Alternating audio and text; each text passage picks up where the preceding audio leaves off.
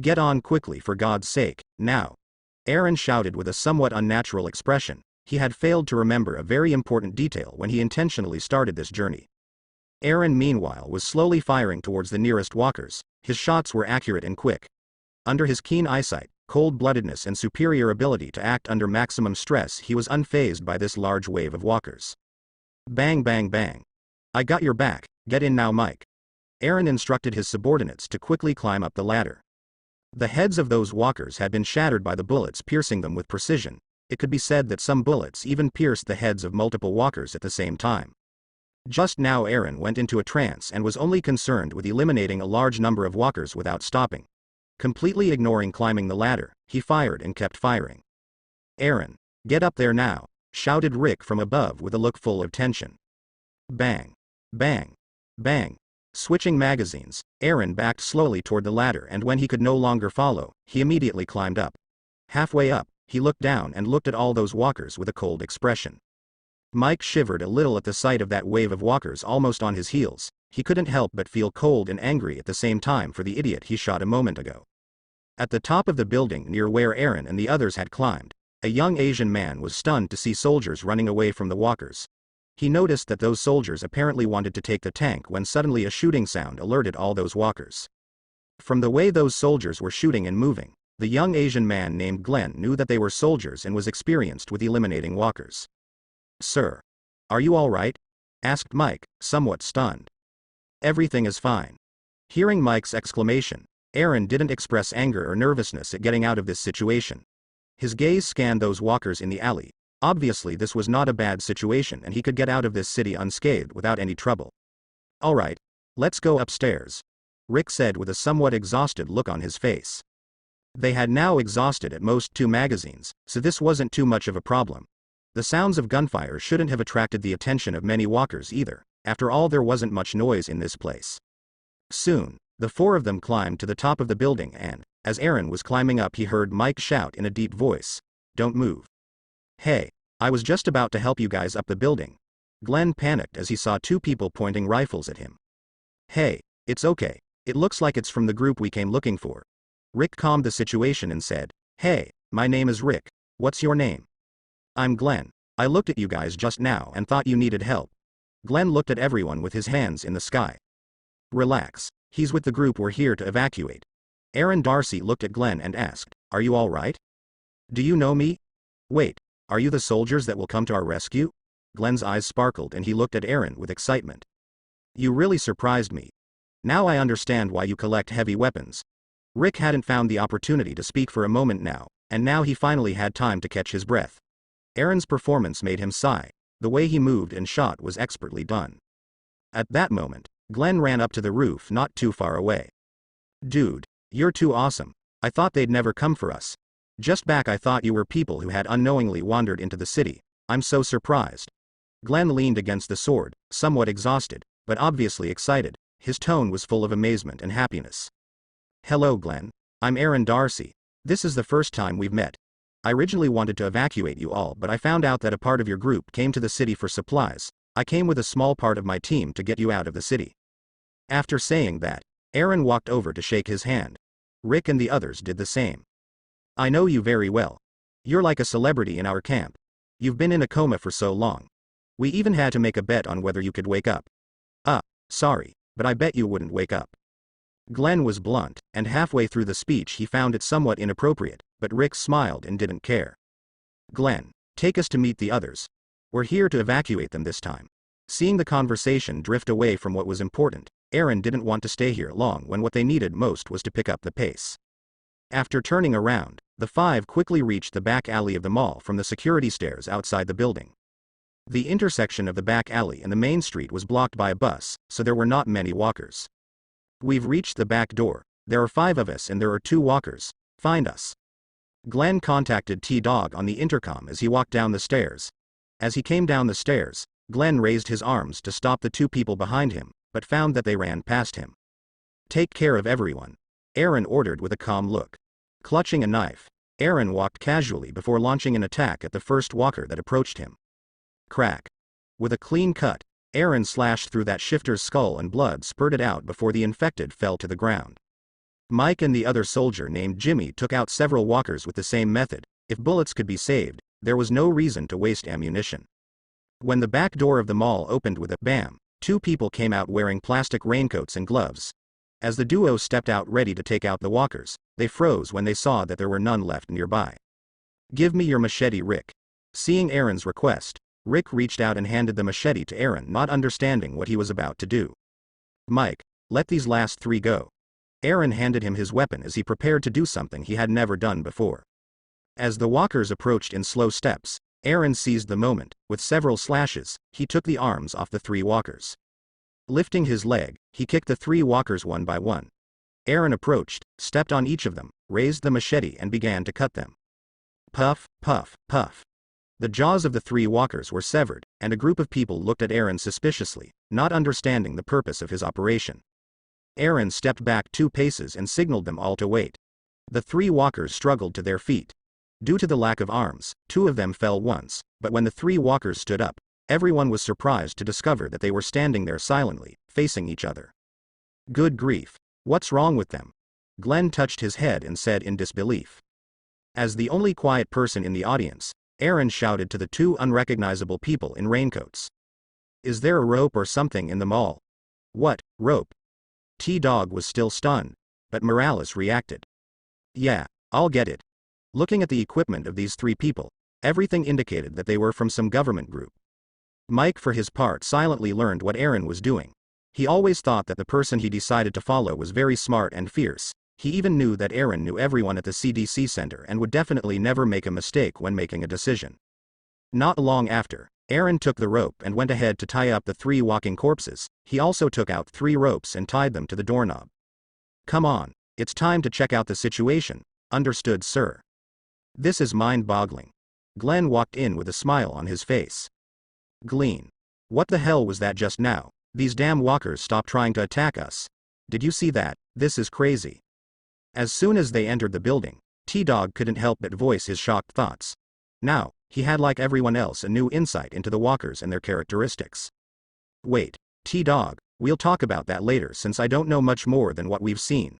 Glenn stopped T-Dog from continuing and turned to introduce himself to several people in the building. Aaron smiled slightly at this. If he somehow has a lot more knowledge of this world and how it works, it is because he knows a lot about events in the future that he can take into account. Now, if for some reason it wasn't as it is now, he wouldn't be sure to be and move so calmly in this kind of situation. He has to be thankful that walkers don't make much of an impression on him and he is someone with a cool head. "This is Aaron that Shane mentioned earlier. The other 3 are acquaintances coming to take us to a much safer place. The other one in a police uniform is Lori's husband Rick." Glenn turned to Aaron and introduced, "This is T-Dog, Morales, Andrea, Jackie and Merle Dixon upstairs." Aaron and Mike crossed glances. They now knew the shooter was the guy upstairs named Merle Dixon, although there was no need to ask. Rick couldn't hold back. "Did you guys shoot just now?" Rick was still a little unhappy about what happened a moment ago. After all, he and his friends almost died. "It's Merle Dixon. He had a fight with T-Dog just now, and that guy lost control. And now we're in a really bad situation." Morales spread his hands helplessly, expressing that they had no chance of getting out of this place. Andrea looked at Aaron and the others, and said with an anguished expression, "We will be able to get out of here, won't we? That was too much movement just now. The walkers should be agitated by now." Aaron walked to the main entrance and took a look. Indeed, the situation was exactly the same as the plot of the play. Although he had changed the plot a lot, it seemed that the situation now was still the same. But he is not too worried. The plot of the play is to create various difficulties to make the way more exciting, but in reality, there are many other ways to achieve the same goal. Besides, he can get out of this place in many ways, so this was not a problem. Aaron had found out 2 things on this trip. First was to know what happened if he was directly related to the plot group, and second, how things changed. Not much to worry about. There are many ways out of this place. For now, we have to resolve the unstable factors in this place. Aaron ordered his equipment again and went up the stairs.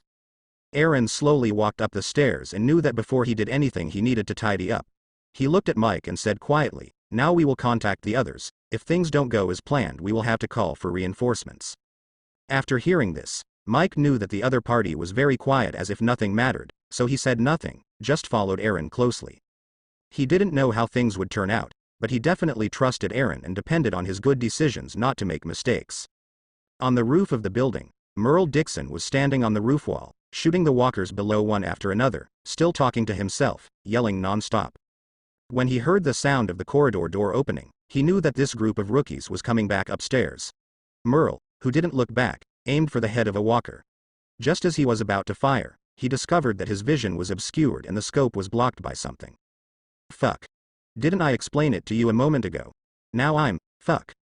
Before Merle could say a word, Aaron, who was right next to him, hit with some force. Merle Dixon lost his balance in an instant and his whole body fell backwards. He dropped the gun, but Aaron's movements were quick and he held it. What? Merle yelled, and his anger made him feel his heart rise in his throat in an instant. Then he felt two people grab him by the ankles and his upper body hit the building's railing. When he wanted to look up, two rifle barrels were pointed at his forehead. Aaron, who was standing in front of Merle, looked at this person thinking what to do. Don't kill him. Oh God. The few people who followed him were in a cold sweat, and only let out a sigh when they saw that the two people who dressed just like Aaron had pointed their guns at Merle. Who are you aiming at? Put the gun down. If you're going to shoot, do it now or I swear I'll kill you sons of bitches. Although Merle's situation was not good at the moment, his mouth was unforgiving. A series of curses and the threatening sound came immediately. It's okay, it's all right now. Aaron looked at Merle with a thoughtful expression. His eyes assessed him up and down and his hands held his vest while his breathing was normal. After Aaron ordered his people to lower their weapons, the two withdrew and released Merle as they scowled at him. Contrary to the expression that exhibited the feelings of the others, Aaron just looked at Merle silently, as if a wolf in the skin of a rabbit was thinking what to do with its prey. Mike asked with some hesitation, "What are you planning to do, boss?" Merle seemed to feel bad and his attitude immediately softened. All right, you win. I won't say anything else. Now will you stop talking? I guess we should keep shooting? After looking at Merle with eyes that would make even the most passive person uncomfortable, Aaron drew his gun. No. When everyone thought the trouble was going to end, Aaron pulled out a pistol without a silencer and fired into the sky without hesitation. Bang. Damn it, you're crazier than me. Merle stretched out his hands to cover himself thinking the next shot was going into his body, but Aaron's actions stopped immediately. I don't like violence, I hate the red color of blood and I also hate getting dirty. As he spoke, Aaron picked up the shell casing from the ground and walked towards Merle. Not caring about the stares of the others, Aaron handed him the bullet casing. In this new world, I decided to give 2 chances to one person. You have wasted the first chance on my part. I think you are a person who knows how to adapt well. Like a wolf taming his cave, you should also know that when a bigger and stronger predator comes towards you, you should keep quiet and follow orders. Merle looked at Aaron with a smile and sneered when he finished listening to Aaron's words. But Aaron didn't react. He looked at the pistol in his hand and handed it to Merle. When Merle looked at the gun in his hand, he was silent, not knowing what to do. He knew that the gun in his hand had bullets in it and right now he could shoot the idiot in front of him in the head. Mike's eyes sharpened but he made no move. Everyone held their breath but very few understood the meaning of Aaron's movements at this moment. Rick, who was standing next to him, knew it. 2 chances and Merle had already spent 1. This was the test Aaron was giving him, and if Merle is such an idiot as to try to shoot Aaron, then there was no doubt he would be killed. Alright, I won't shoot you. Merle lowered the gun and stood up from the ground, all indicating that he was already a threat, but then moved his hand towards Aaron. Looking at the situation and being prepared, Aaron reached out his hand and held the barrel of the gun, preventing it from firing a shot, and then raised his right knee and struck. Paff. The gun Merle wanted to hit was stopped by Aaron and the gun fell to the ground. The right leg landed lightly to the ground, and as soon as he kicked the ground, his body turned and his left leg flew towards Merle. Merle is also very experienced in fighting. Seeing that the gun was kicked, he didn't think to pick it up. Instead, he pulled out a dagger from behind. The dagger stabbed and attacked towards Aaron. Turning his body moved slightly to avoid Merle's knife, Aaron turned his left hand into a fist and accurately grabbed the wrist that held Merle's knife. Merle only felt a pain in his wrist, and then his whole arm twisted behind him. How? Merle, who was in pain, released the slack in his hand, and the knife fell to the ground, and Aaron kicked it away. In just a few tens of seconds, all the weapons in his body were confiscated by the person in front of him. Merle felt a little bad, to the point of begging for mercy, but he found that as soon as the other party let go, he withdrew without looking at him anymore. Aaron Darcy picked up the gun on the ground and holstered it, looked up at Merle and smiled as he said, "Merle, sure we are. Let's get to know each other better. My name is Aaron." Merle rubbed his wrist and looked at the man in front of him. He was very strong but not skilled. From the fight now it could be said that the other party was very capable.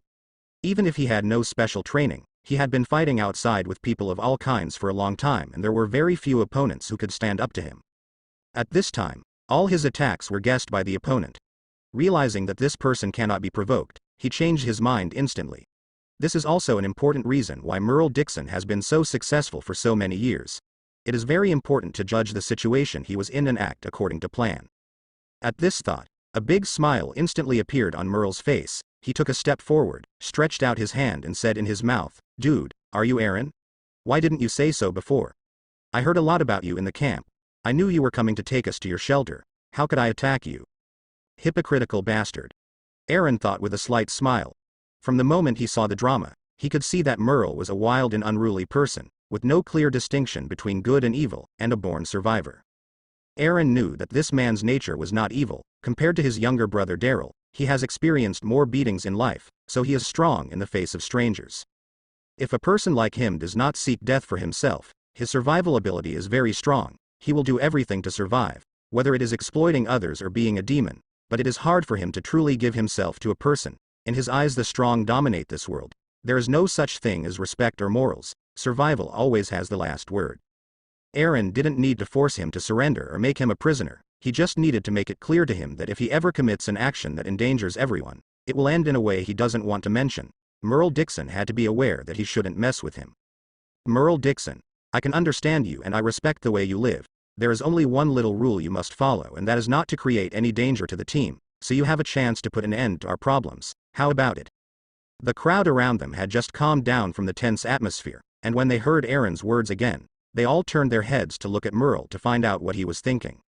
Merle neither felt embarrassed at all. With a smile he put his arm on Aaron's shoulder, turned his head to the crowd and said, "Haha, Aaron, I can follow your words because it's you. No one here has the intention to make trouble. If anyone breaks the plan, I, Merle Dixon, will teach them a lesson." Everyone was speechless when they heard those hypocritical words. T-Dog even started to ignore Merle Dixon's words. Rick shook his head. This guy seemed to be a very troubled idiot. Seeing that Merle had controlled himself, Aaron had nothing more to say, so he turned to look at the situation under the building. "Let's look at the situation and see how best to arrange what we'll do next to get out of this place." "Yeah, that's what I was thinking. We need to see how to get out of this damn place." Seeing that Aaron dropped the subject, Merle Dixon replied. Aaron stood and looked below the city, waiting to see what the best and least troublesome idea was. If he communicated with his people outside the city right now, it wouldn't solve his situation at all. Starting a full-scale firefight to get out of this place would bring nothing but losses. When he seemed to think of something, Aaron looked at Mike and said, "Give me your radio. Is there anything I overlooked when we came to this place?" "Okay." Mike pulled a radio out of his vest and handed it to Aaron, a calm expression on his face. "ZZ. This is Aaron. I want you to put out a radio communique to find other survivors in the city. Right now we're about to figure things out on our end and make decisions." Speaking of which, Aaron looked at Mike and said, "When is Marco coming with the others?" "They took the survivors back. I don't think it will take more than 2 hours to meet up with the group outside Atlanta." After hearing those words, Aaron heard the radio in his hands beep. "Roger that, sir. We will be broadcasting distress messages. All is quiet on our side." "Do you think there are any more survivors in this place?" Rick asked with a puzzled expression. "I don't think so. We've been coming into the city for a long time and haven't run into anyone. I doubt anyone will respond." Glenn shook his head at Rick's question. "Well, the first thing is to save ourselves before we think about other things." Rick was also immersed in his thoughts. Aaron then analyzed the current situation in detail and proposed several plans. One is for everyone to escape through the roof from where they arrived and then find a way down through a farther building, and then go down with the ground slowly and safely. That method requires a lot of strength, and the advantage is safety but the disadvantage is climbing ability. The second is to leave by force and quickly clear the way to the outskirts of the city, but they would have to eliminate many walkers and mutual trust would be priority on the way, and if someone within the group hesitates or makes a mistake in eliminating a walker, the pace would be lost. The third method is that 2 to 3 people should leave together and go to a parking lot not too far from the building, and drive a car back. This method is dangerous, but this way everyone could collect the materials that everyone had gathered. And the last method is to use the subway pipes, but Aaron himself mentioned that this method was not optimal. Aaron explained to everyone that the subway pipes of this outdated building are all sealed with steel filters, which without the necessary tools would be impassable, so there is no need to waste time trying this method. All the proposed methods to get out of this place have their own advantages and disadvantages. Aaron asked them all to think it through and decide to see which is the most reliable. Aaron and his people had no problem with getting out of this place, but there were people with different physical conditions in this group of survivors and he had to consider their aptitudes to make the trip safe for everyone. Rick was the first to speak. I think the first 3 methods are feasible, but if we decide to get out of here and force our way through, we need to move fast and not fail to eliminate the infected, so I vote for the 3rd method. It would be the safest. If I may ask. About the 3rd method, how do you plan to get to the parking lot without making a fuss like the first method? Merle Dixon's hoarse voice rang out. It was more realistic than the 1st and 3rd method, but in case they get trapped by walkers or in a building, then it would be the 3rd method. The safest way would also become the most dangerous. Merle feels that if he can walk to the parking lot safely, the chance of getting out is greater. The 3rd method seems feasible, considering their meager equipment and weaponry. Forcing our way out would be very likely to backfire on us. Mike voiced his thoughts. I set up 3 walkers with severed arms and jaws in the back of the building. Everyone knows that me and my team came from the CDC and I'm in touch with the latest research at the center. After saying that, Aaron noted, in the most recent research, it was discovered that once the infected have their limbs cut off and the ability to bite, when those things lose those means they become very docile and will have no tendencies to attack us. This way, we can stay with them and we can avoid attacks from the other walkers, but the trick is that they can't make any sound. Aaron explained the method that would be the key to finding a car. Really? Andrea was a little skeptical.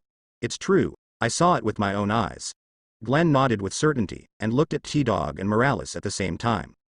The two also saw it as they ran off and nodded to Andrea in the same manner. Are you sure? Rick looked at Aaron. He just wanted to see his wife and kids as soon as possible, so he just wanted to make a plan quickly and implement it as soon as possible. Aaron nodded. I'm pretty sure. We've done related experiments, and the chances of the corpses with the virus seeing through the disguise are very small in this case, unless you accidentally make a sound. There is a way. I'll vote for this. Jackie decided to trust Aaron. Me too. Same. So, who's going? Andrea asked a key question. Merle sat next to her, looking at the others with a mocking look except for Aaron and his people, but he didn't speak. At this point, someone must volunteer. Aaron simply took the initiative and said, I came up with the idea, I'll be the one to go. I'm going too. Mike said with a determined look, but Aaron's words ruled him out. No, I need you two to stay in this place to take care that everything is okay. After speaking, he turned his head and looked at Rick. You're joining. Rick nodded when he heard the words, saying okay. Whether Rick is a cop or not, he always has a sense of righteousness, so other people are willing to follow him. Seeing Rick nod, Aaron looked around and finally fell on Merle, raised his eyebrows and looked at him. Merle, are you coming? Merle shrugged indifferently, and replied, I don't care, if you need me, I'll come, I definitely won't be a coward like the others. Everyone's faces were not very good. Although Merle Dixon's words were not pleasant, they were true. If Aaron hadn't volunteered to go, I don't think anyone here would dare take the risk of doing something so dangerous themselves. In fact, Merle is not very afraid of walkers. They move slowly and don't fit a picture of real danger in Merle's mind. Although there are a great many of them, in Merle's heart, he despises these unintelligent walkers. Seeing the low look of these people in front of him made him want to leave this place even if he has to switch to the walkers' side. On the other hand, Aaron refreshed his knowledge on what can be done to survive. This soldier who doesn't look more than 25 years old, strong and with a very creepy look on his face. The dissatisfaction with Aaron at this point has quietly dissipated a lot. At least the requests of these people do not seem to be for his benefit, so it will help. Now that the plan had been made, the three stopped loitering and went downstairs to get ready. Aaron and the others quickly got to the back door of the building, dragged the 3 hot guys that had been tied up earlier to the door and asked Glenn to find 3 oversized jackets. After thinking about what he was going to do, Aaron handed his gun to Mike and put on some gloves before stabbing the 3 corpses multiple times. Now, put the gloves on and cover the jackets with some blood. Aaron instructed the 2 as he wiped the blood from his hands on his jacket over his body. What good is this? Andrea asked with a look of disgust. We'll have one more layer to cover our scent. If the walkers outside are sparse, there is no need to do this, but if there are large crowds of walkers in the streets, this would be one more layer of protection. Aaron patiently explained, these means of survival, in the future will slowly teach everyone. In this way, soon there was a line of 6 figures on the streets of Atlanta. each of the figures holding a walker with the rope tied around their necks. "It's like I'm going to walk my dog." Merle couldn't help but make a joke. Rick just frowned hearing those weak words from Merle's mouth. Definitely that man, that an idiot. According to the plan, Aaron would drive. After they reached the destination, Rick and Merle would try to get the keys. The three of them moved slowly, and the parking lot fence in front of them was getting closer. On the rooftop, everyone was lying on the edge of the fence, looking intently at the figure of the three. As the three got closer and closer to the parking lot, everyone was extremely excited.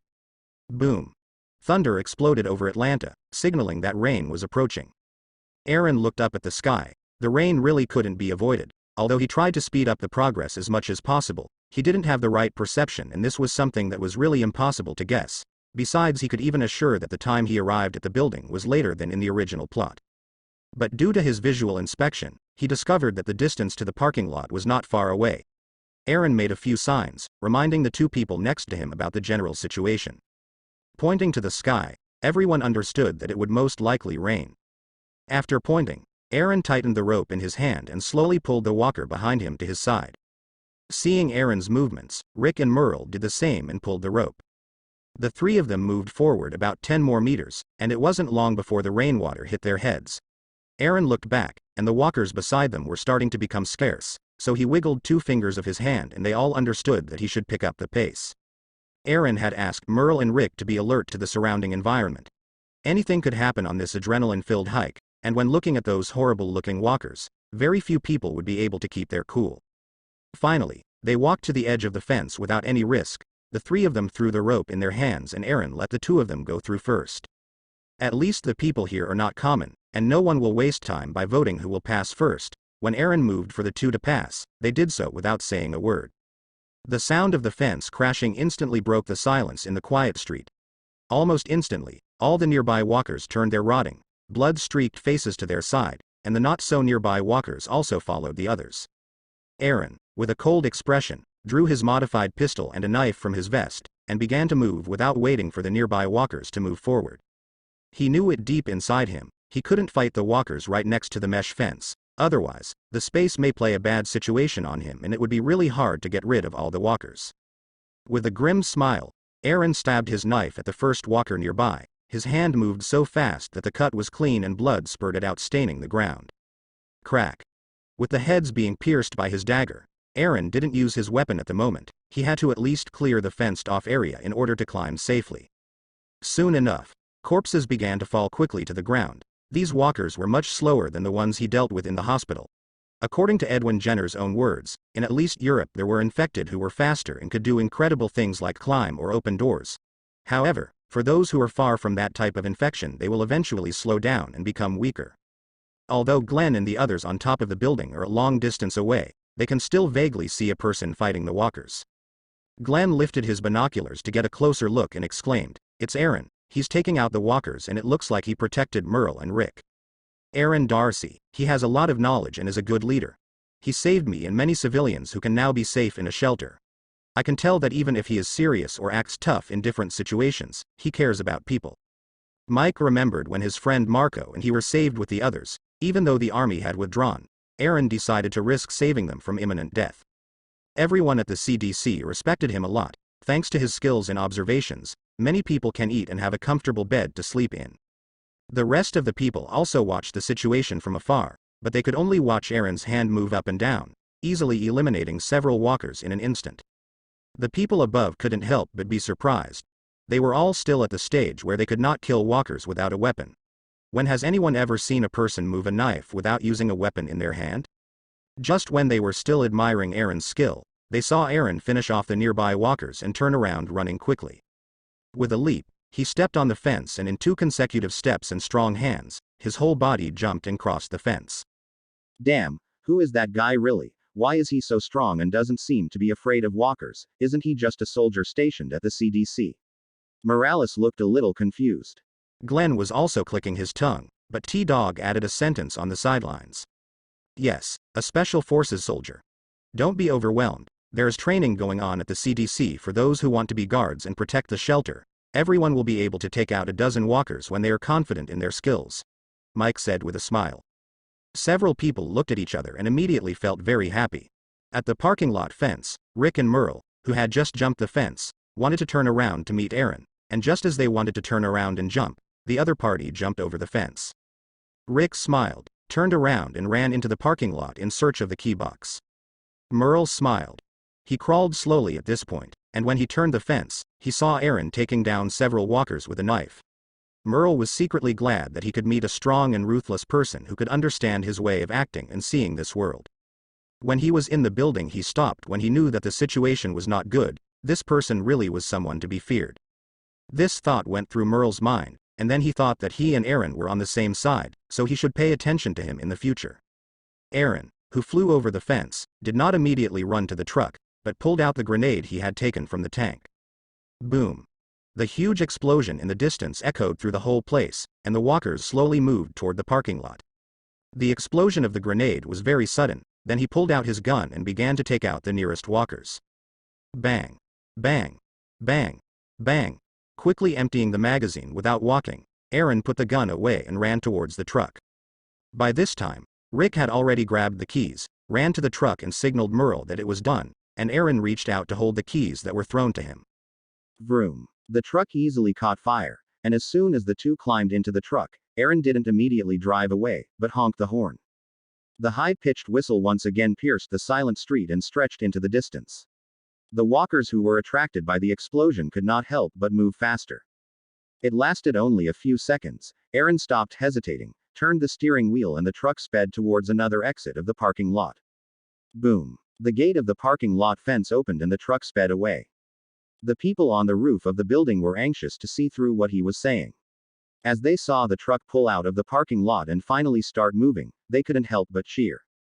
Awesome. Thank God. They did it. Let's get ready, Mike said as they climbed down from the building. In the van, Rick was sitting in the front passenger seat, while Merle put his hands on the back of the front and passenger seat, poking his head forward. Aaron, did you honk your horn just now to attract the parking lot walkers?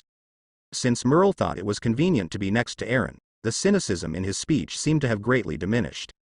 Well, let's take a walk around this place and wait for the walkers at the entrance of the building to walk to the parking lot. That way we'll have enough time to pick up the others.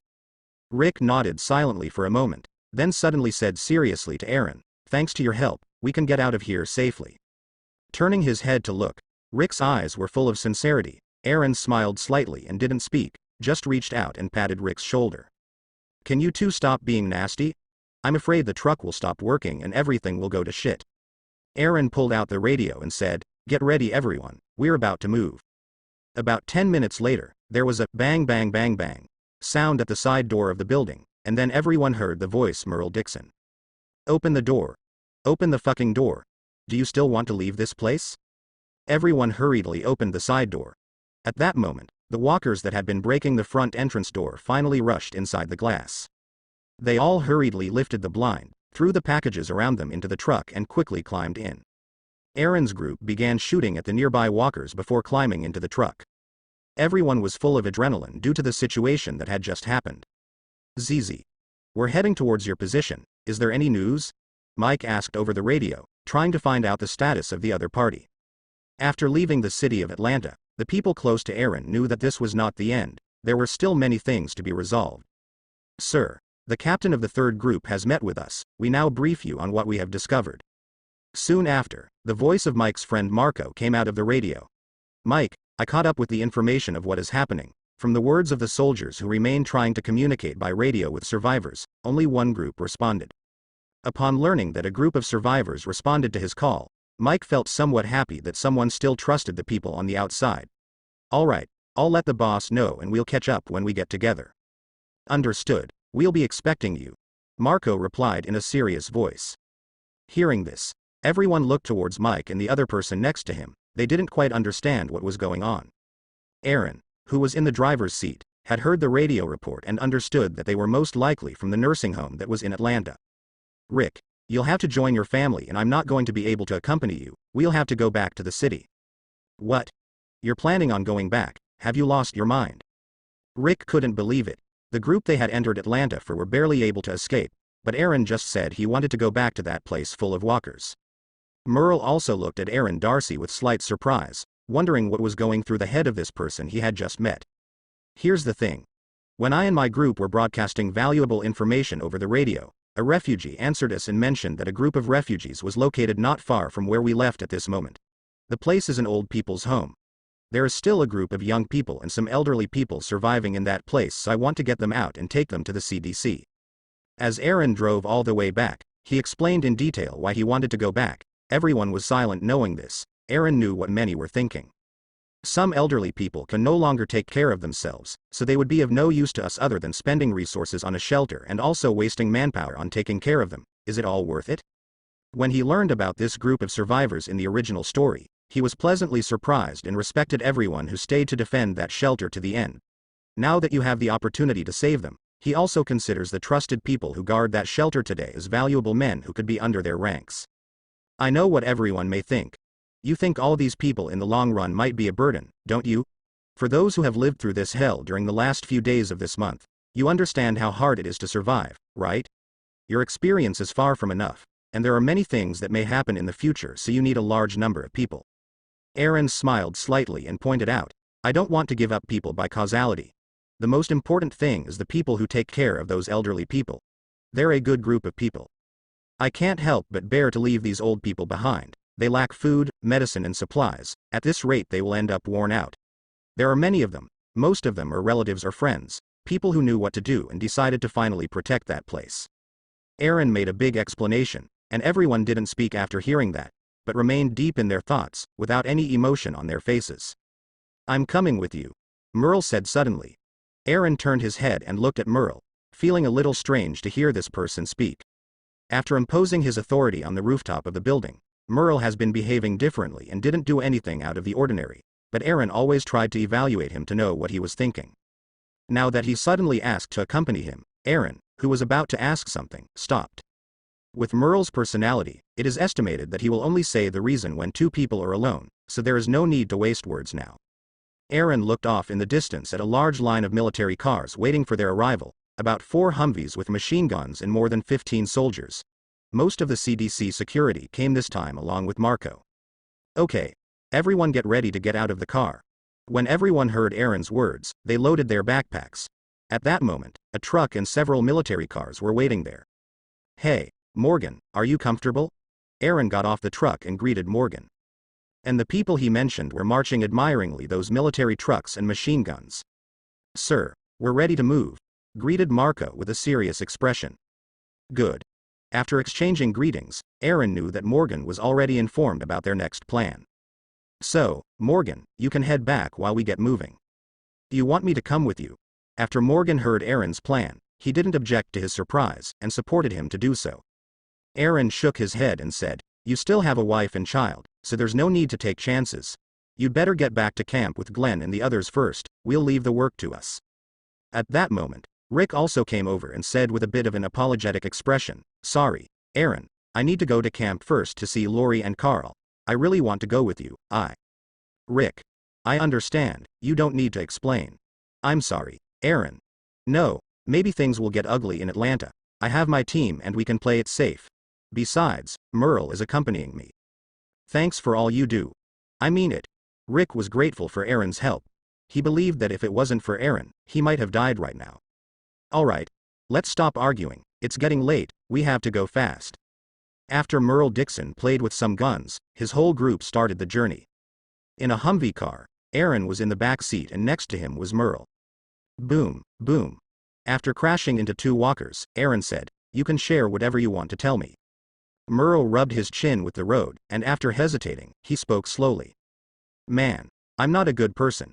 In today's world, if I meet a survivor on the road, I may kill him first and then rob him. I have my principles and my own way of knowing people. After spending some time with you, I have a feeling it's a good idea for all of us to follow you. I can follow you, but if at some point you make me do things I hate, then me and my brother will move away from your group, we can survive just the 2 of us. Merle expressed his thoughts. In this whole new world, he believed that the power in Aaron's hands and the way he leads is the right one. You can do whatever you want, just remember one thing. Obey the main rules you will know later and you can do whatever you want. I could use determined people like you. Aaron looked at Merle who was beside him. Merle smiled slightly at the answer. Looking into Aaron's eyes he felt that this man had experienced all kinds of things.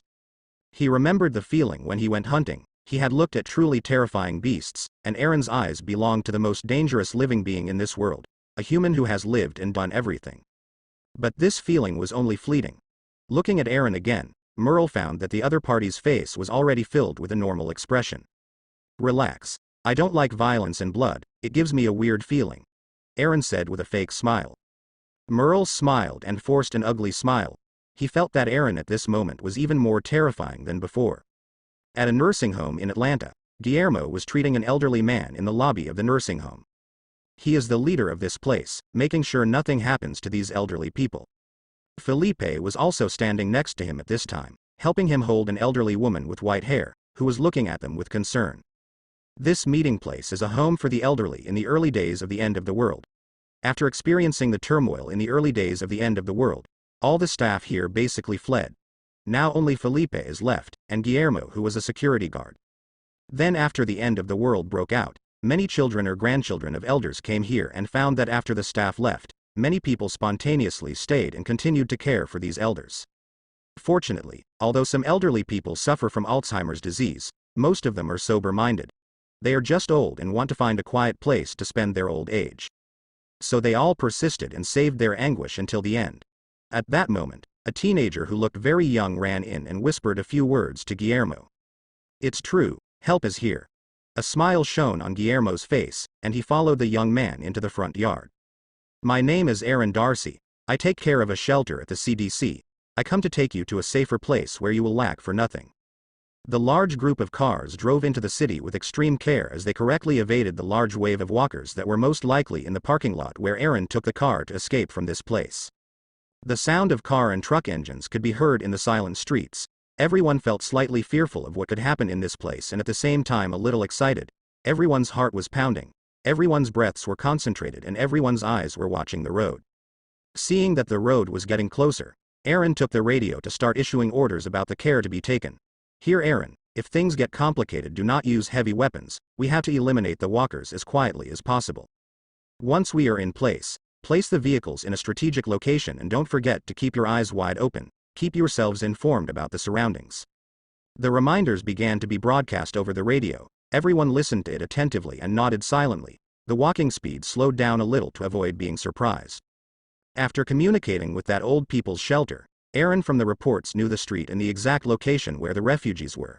He knew that the shelter was exposed in a very foolish and easy way, which indicates how desperate they are in that shelter. We are approaching the location. Make a cover and let's start clearing all the walkers in the vicinity. Since there were 20 soldiers in Aaron's group, there were 3 group leaders of groups of 6 who were in charge of indicating precise instructions and making sure everyone is okay. This command structure makes Aaron's job easier. His group leaders would be Mike, Marco and Sam Valdez.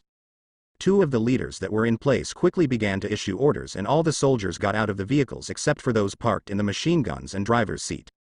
Everyone quickly got out of the vehicles and began to eliminate all the walkers in the vicinity. All the vehicles were strategically placed to get out of this place as soon as possible if things went wrong somehow. Aaron approached with several soldiers on his back and knocked on the door of the shelter. He stepped back and waited silently. We are evacuating refugees. We arrived to aid civilians. The situation outside is not favorable, so time is money, Mike said in a deep voice. Just when they thought he would hesitate more, a young man opened the door to the shelter and said, "You can come in to see the place. We have some difficulties." Aaron frowned and walked into the shelter with a small group of soldiers. He didn't remember anything bad happening in the first few days that Rick had woken up. As Aaron walked into the shelter, he looked at many people, mostly of Latino descent, many of whom had tattoos on their bodies. I thought no one would come to our aid in this place. We are happy to be able to see someone from the government after months of seeing no one. A black-skinned man approached Aaron and the others with a somewhat serious expression. From his appearance Aaron knew it was Guillermo. When Aaron saw Guillermo, he stepped forward and extended his hand in greeting. The reason he is here is to have these trustworthy people by his side. He was sure to trust the people guarding this place. My name is Aaron Darcy. Today we are evacuating to a safe place. We are parked ready to move. We received distress signals from this place. Aaron looked at everyone and introduced himself. I'm Guillermo. I take care of this place. Guillermo looked at the uniform of the soldiers with a bit of bewilderment. Their uniforms were different from the usual soldiers. Guillermo, it's time to move. There are vehicles outside to move all the people in this place. Aaron had no intention of saying much and got straight to the point. You know, we have some elderly people who have difficulty walking. Do you have a solution? Guillermo was still hesitant. After all, they spent a lot of effort to build this meeting place. Aaron extended his palm. He nodded his head towards Merle, who was behind him. Merle turned around and walked out. Don't worry, we're ready. Not long after, Merle along with other soldiers came in with stretchers and wheelchairs. The reason they didn't move out of the city earlier was mainly because there was no place to house these elderly people. Although many elderly people can walk alone, it is foolish to ask them to take a bumpy car until they reach a safe place. Aaron has trucks and soldiers, what is there to doubt? Guillermo didn't hesitate. He turned to Miguel and said, go inside and brief everyone. Pack your things right away and come help move some elderly people. Miguel nodded and rushed inside quickly. As soon as Guillermo extended his hand, he motioned to enter the room for conversation, and the three of them also walked toward the backyard. Merle was rarely reticent on the way, and his face was less hostile. At this point, he was just an ordinary person who seemed a bit of a ruffian. At this time, Merle was quietly observing the situation in the nursing home. He found that there were many strong young men here, at least 20 of them. After reaching the backyard, he gradually found many women, both young and middle-aged. Yes, these people are mainly responsible for taking care of the elderly and doing some chores. Then there are the elderly. There are about a dozen elderly, and about 6 or 7 of them are in a state of limited mobility. Merle watched very carefully, admiring Aaron and his tricks more and more. Compared with the elderly, there were many strong-looking men. With so many strong and young men, as long as they are equipped with weapons, they are a force not to be underestimated. And most importantly, all these people will be eternally grateful to Aaron for saving the elders of this place, having reliable people under him. Merle found that Aaron was walking slower and slower, and had already reached the position next to him. Knowing that the other party had something to say, he heard Aaron whisper. How are you feeling? Merle smiled and replied, I think it's pretty good. Hearing what Merle said, Aaron knew that the other party understood his intentions. Merle was very smart, but he just didn't put his mind in the right way. Some people soon arrived at Guillermo's room. There were people hurrying to pack their luggage on the way. I have nothing to bring, just some clothes. Guillermo did not hide anything. He pointed to the backpack and said, Guillermo, I will separate from you as I must go to a place where there are more survivors. The elderly will be moved to a safe place. Guillermo waved his hand, indicating that it was not a problem, but still frowned and said, it's okay, no problem. Merle also said with some puzzlement, Aaron, is the place you're taking care of really that big? No need to worry. The shelter my group takes care of is big enough to park many people. The CDC is the safest place. Aaron knew that with all these people, the shelter would expand more and more. Seeing that everything was safe, everyone nodded reassuringly. In the evening, Aaron's group again split into 2 groups. One drove all the way to the CDC and the other headed to the quarry. After a busy afternoon, Guillermo's people finally evacuated with all the people to the CDC, this time deciding to stay with Aaron to help with whatever while the others went directly to the shelter. At that moment, there were many people standing at the entrance of the camp, led by Rick and Morgan. Aaron jumped out of the truck, smiled and waved to the 2 of them. Behind them were the people who were at the Atlanta Mall earlier, and they all came up and hugged Aaron one by one. Lori also came up, greeted Aaron and said with a smile, it's been over a month and we finally met. Aaron smiled and hugged Lori, who stepped forward, and Lori kept saying thank you. 6 soldiers and Guillermo got out of the Humvee cars and greeted everyone. After exchanging pleasantries, everyone arrived at the open space in the center. Aaron looked around. The open space was now surrounded by at least dozens of people. Aaron understands that not everyone is familiar with this and believes that everything will improve in the future. Looking at the dozens of people in front of him, he suddenly felt that his work had not been in vain. These people are the basis for survival in the last days. The camp has always been run by Shane, but at this time most of the people were brought in by Aaron. The atmosphere was a little strange and many were waiting for what Aaron was going to say next. Without waiting for everyone to ask questions, Aaron slowly walked to the center of the open space and a low voice echoed in everyone's ears.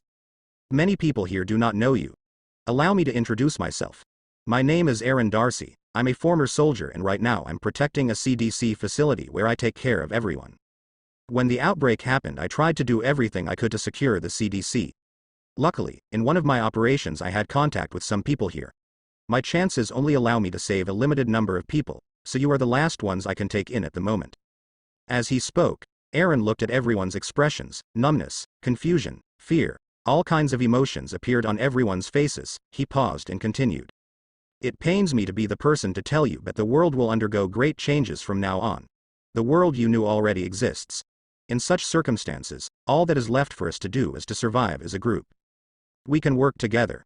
The situation will not be worse than in this place. Your lives will be very different, but I can assure you that in a short time you will not be afraid of this world. The plan is very simple. We will stay here and tomorrow morning we will head to the CDC.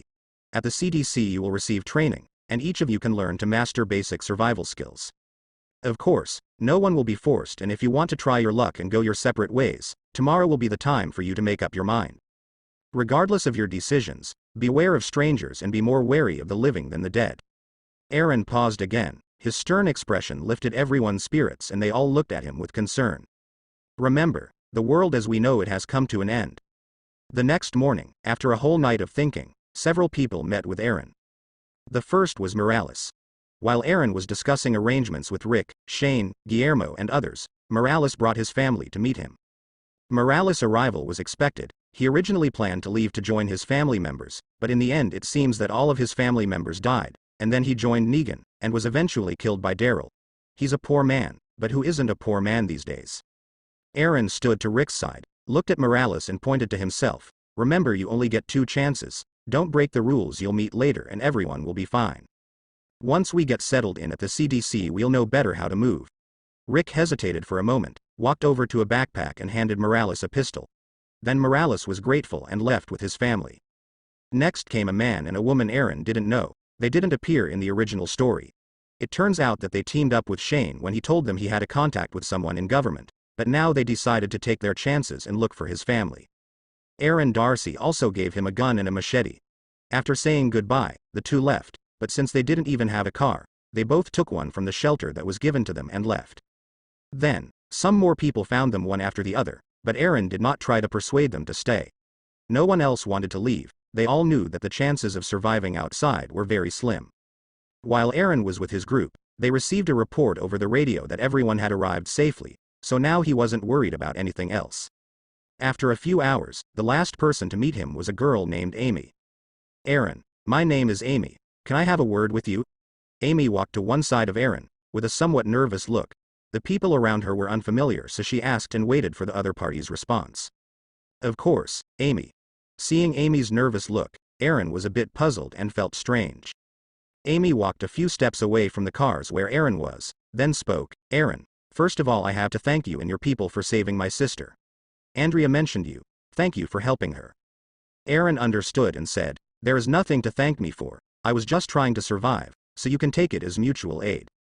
You could have abandoned them or used them. I think thanking you is fine.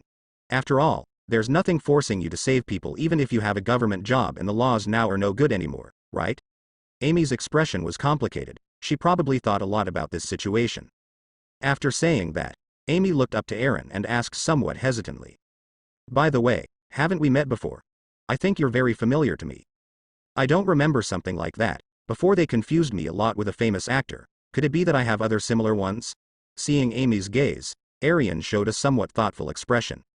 Haha, I never thought of that. Amy smiled slightly. Aaron on his side didn't know what was going on. Just as he was about to turn around, Aaron felt his arm being held. He looked towards Amy in surprise, waiting for what she was about to say. I remember you. You're the one who was with a group from the CDC who were picking something up at that house, right? Oh. I remember, it was that sister duo. Knowing that the other party had remembered, Aaron also pretended to have noticed, with a change of expression. Now I remembered seeing Andrea at the time. She was driving and you were her co-driver. Yes, yes. Amy clapped her hands and said that it seemed kind of amazing that they could have met by chance once again. Ah. Suddenly, there was a scream in the distant forest. Aaron turned his head and frowned, looked towards the others and signaled for them to get ready. He moved without looking at Amy once more and walked towards the fence. Rick and Shane ran in a hurry with guns in their hands. What happened? Lori.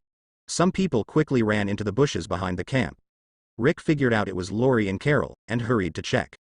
Aaron walked into the bushes and discovered that it was actually a walker biting into a deer carcass.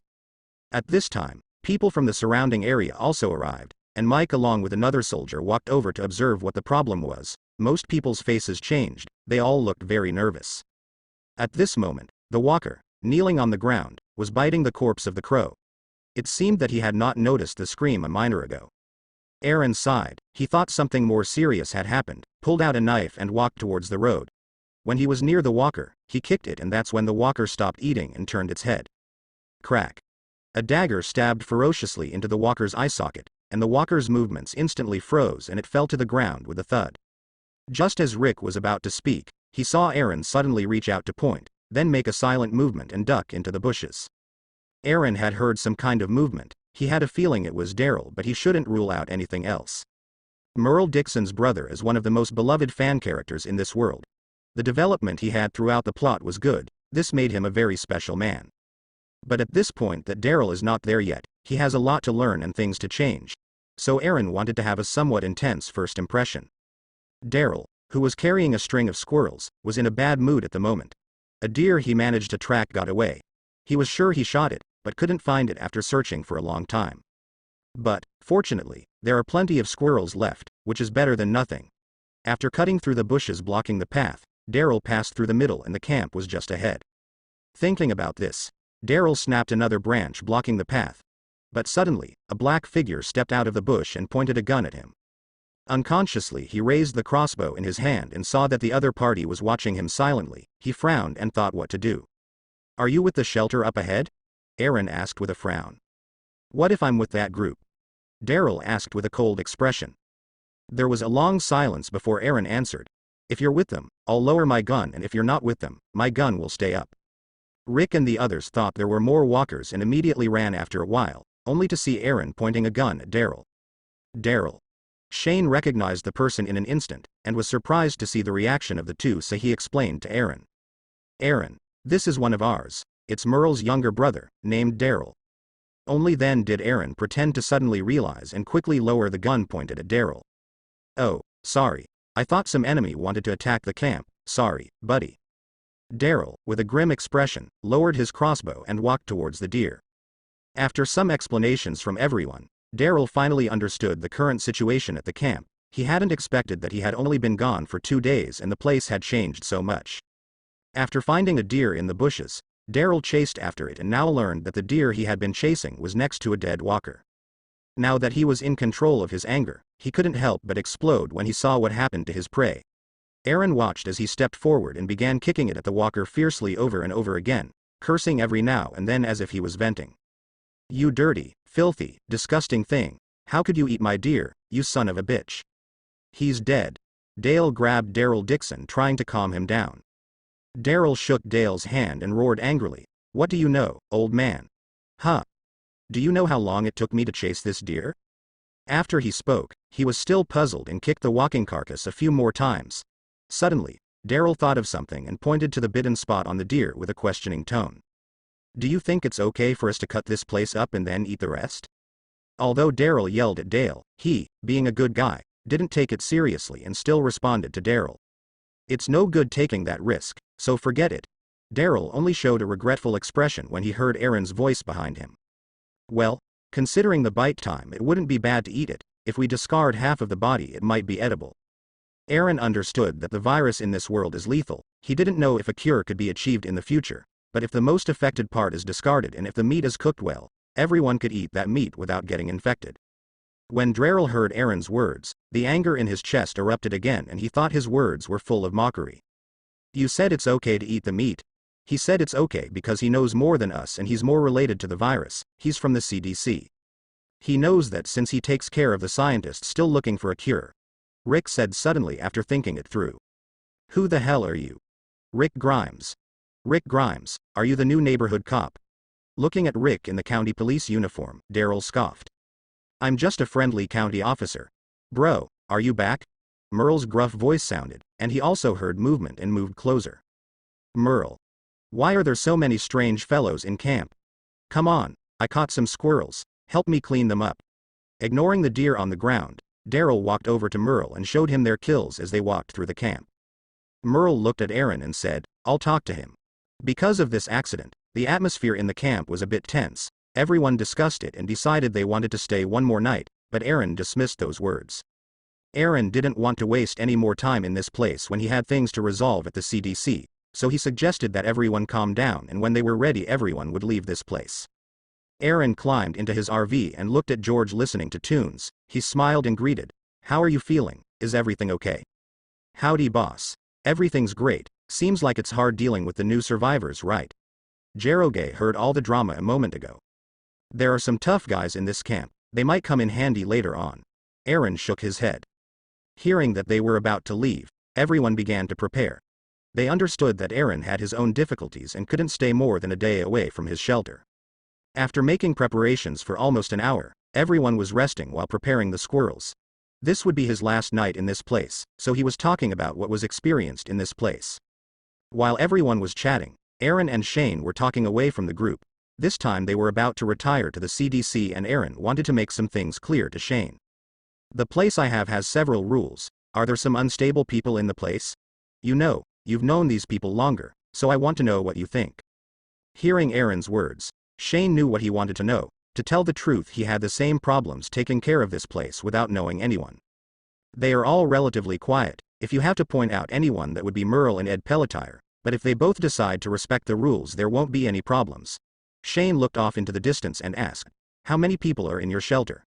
After some thought, Aaron finally answered, "Well, right now I don't know. There could easily be 100 people with us.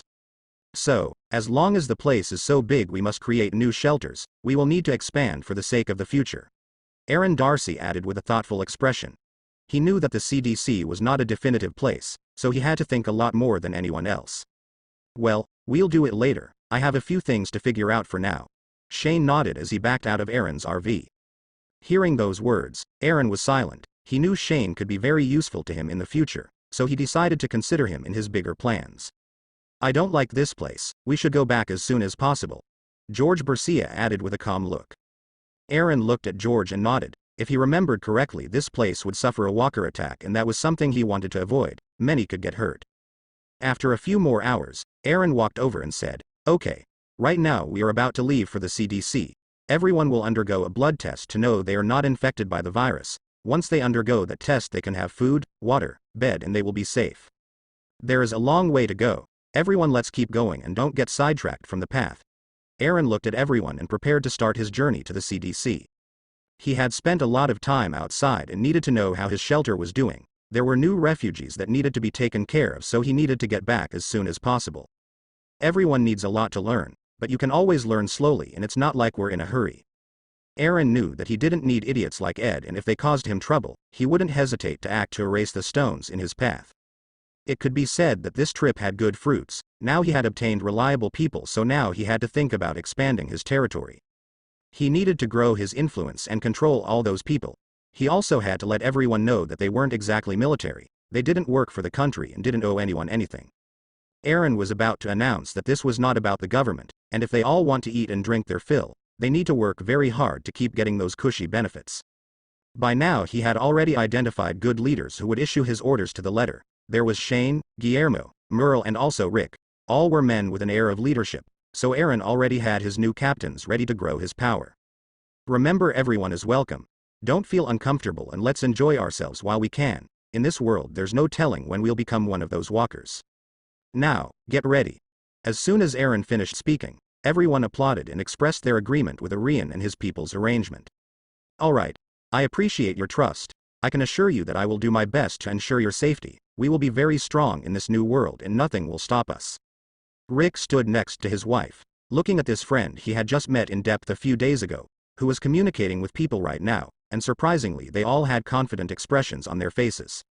At this moment, he suddenly realized that Aaron is very suitable to be a leader. He has a much bigger vision than any of the people struggling to survive. He doesn't hide behind others and is always thinking of ideas to improve the situation everyone is in. Now that's fantastic. We'll grow that place and make sure it's always safe.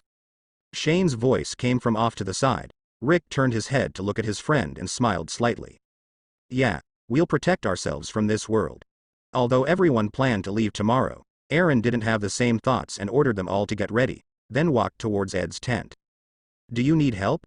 Aaron asked with a friendly smile. At that moment, Carol came out with a large suitcase and looked at Aaron standing not far from her tent.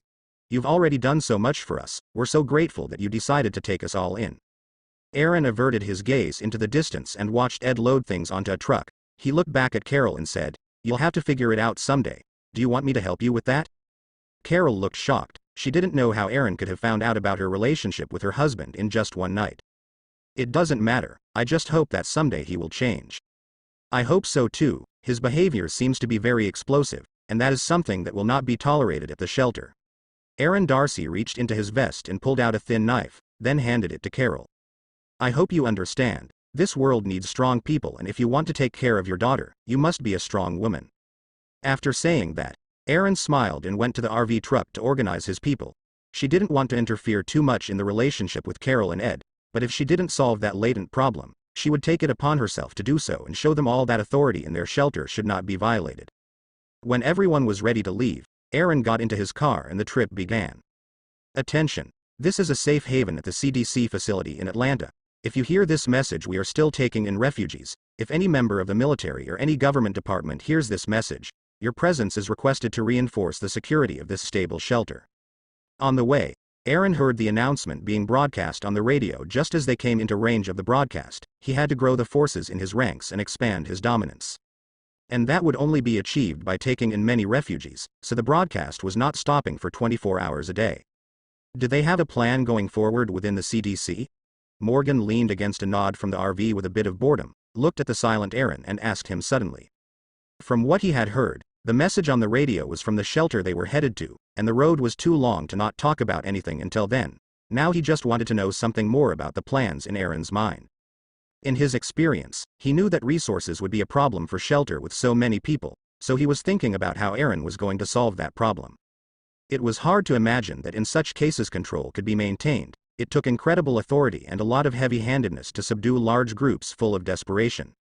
Aaron looked at the road outside the RV window, thought about it for a moment and said, when all this wasn't happening, in society there were many different groups pursuing a goal. Some of those groups were dangerous and others didn't care who they got out of the way as long as their goals were solved. As he said that, he took a sheet of paper out of his bag and said, "Today, can you imagine how many refugee groups like us there are in the country?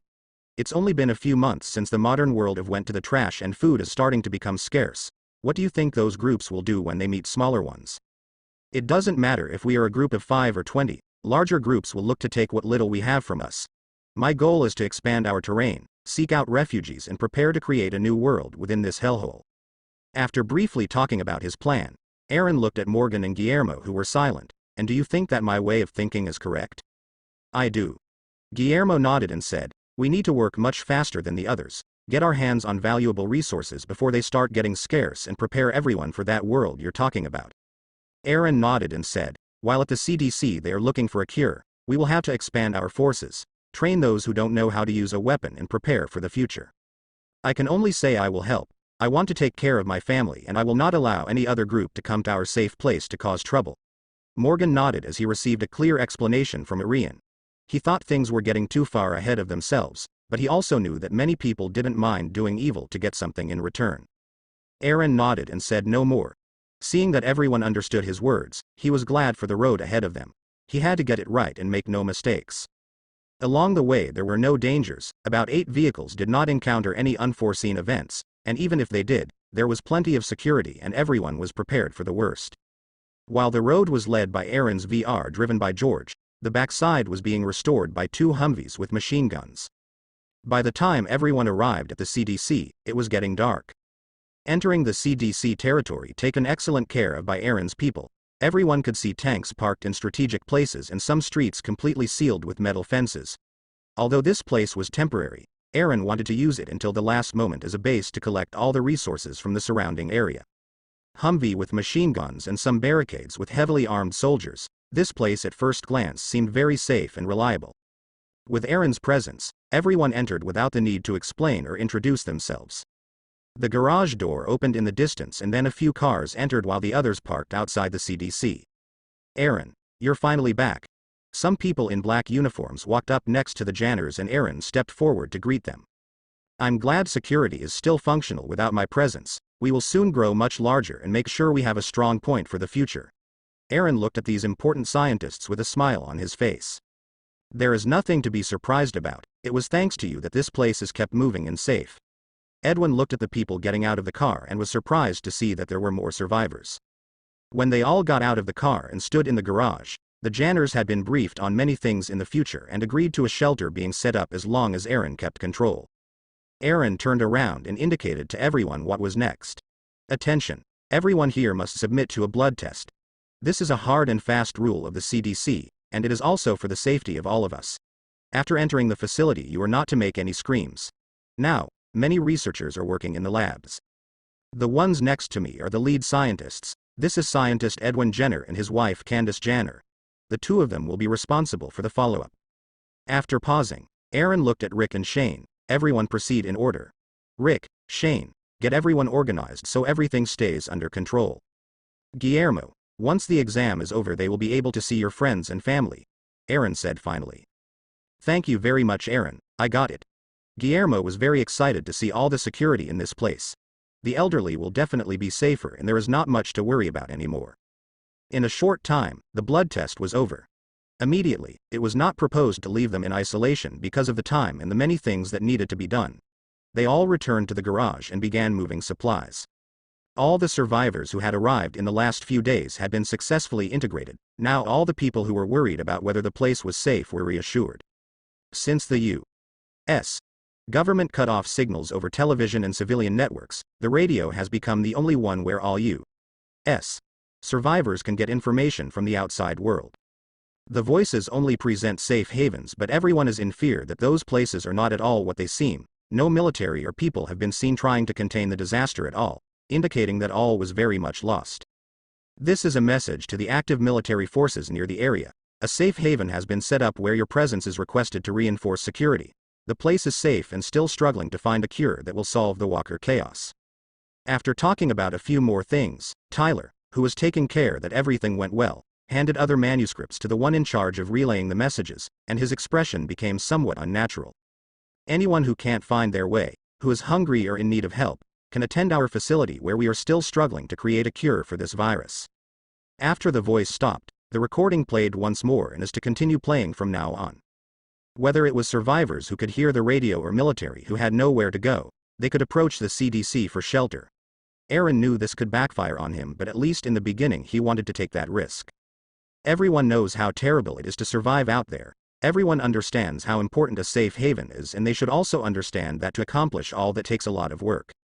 This can really go wrong for us. We have to be alert and watch out for enemy attacks. Sam Valdez, sitting nearby, couldn't help but say, "You're right. We can't avoid taking this risk due to the fact that we're running out of time. We have to start expanding our territory and have a stable food source." Aaron sat and silently watched the security cameras. Starting tomorrow, all the new refugees will be organized and assigned a job. We need to start clearing the nearest buildings and expand the domain land. Finally, the people closest to him understood why it is important to keep growing.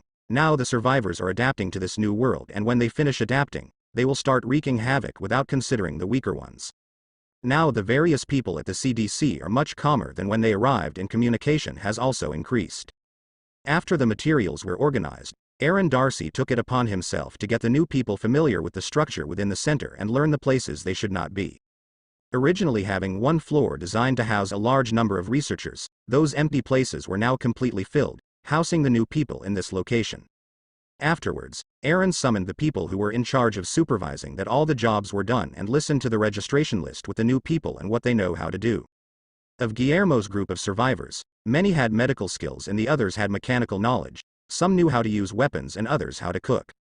Aaron took the list of the people who would be escorts and assigned them to the guard group. He knew it was time for them to stop announcing themselves as soldiers, so he announced that the community plan should be announced. When all this was settled, many went to rest, and Aaron, along with another group, were in charge of security outside the CDC facilities. As the leader of this group struggling to survive, he must make sure that everything goes smoothly. The next morning, the second-floor lobby of the CDC. Everyone, including the investigators except for the guards who remained outside, gathered in the hallway, while Aaron and the leaders of each section remained on the stairs. "They're all assembled except for the elders, sir," Mike said with a calm look. Aaron nodded, and seeing that everyone had arrived, he clapped his hands and said loudly so everyone could hear him, "All right, I ask everyone to be quiet." The atmosphere quickly quieted, and Aaron Darcy remarked, I called everyone here to inform them of some changes in rules. I think you all slept well last night, didn't you? It was good. I was able to bathe and eat enough to eat. I'm glad it's safe here. Seeing that everyone responded one after another, Aaron Darcy's tone became serious. It looks like you all had a good time. Do you think you are able to live like this in the future? After pausing, Aaron looked at everyone I know who remained silent and said, how long do you think life like this will last in the future? A year, half a year, or just a few months? I can tell you all that the fuel to keep the facility running won't last more than 3 months. Speaking to this point, everyone's faces grew somber. A very small number of days went through everyone's heart like a big hammer. They just rekindled their hope for life, but Aaron's words shattered all their illusions. Aaron Darcy was calm as his words awakened that feeling of survival within all the people. He nodded and pointed out, that is for sure if someone else doesn't come and try to take away what we have. We are now a community that will fight to survive in the days to come, so now he announced that our community will have the S.C.T. name. We are the Survey Corps Troops community. We have to protect ourselves as a family. We will watch our backs as if we were brothers. Everyone at some point will have to wield a gun and kill our enemies. If you hear Aaron's words from a third party, you would understand what he means. It's all about surviving a new world and adapting to those changes. Everyone understood. The walkers would not be the only enemies trying to kill them. Some people were scared at the thought of those possibilities. Others didn't want to accept that it was real, and many others kept silent without showing any expression. But Aaron knew very well that whether it was in the past or in the future, trusting people outside the comfort zone would be a grave mistake, and very soon it would be known what humans can do. But you need not be afraid. As long as we work together and train, we will be so strong that no one will be able to disturb our peace. No one will even think of harming us. I need you to master the skills to protect yourselves in this place. I don't care if you are children, women or old. The world has changed. It doesn't matter who you were in the past. Your main priority is to protect your family and loved ones. From now on the groups will be formed with experienced men to expand our territory and bring resources to the refuge. Hearing that even women and children need training, Lori couldn't help but look at her husband. Rick felt Lori's gaze and turned his head to meet his wife's slightly dissatisfied look. Although he understood Lori's concern, from the bottom of his heart he still agreed with Aaron's proposal. Aaron, after keeping silent, looked at everyone and announced, I would like to give you a piece of advice. Don't expect the world to go back to the way it was before or even better.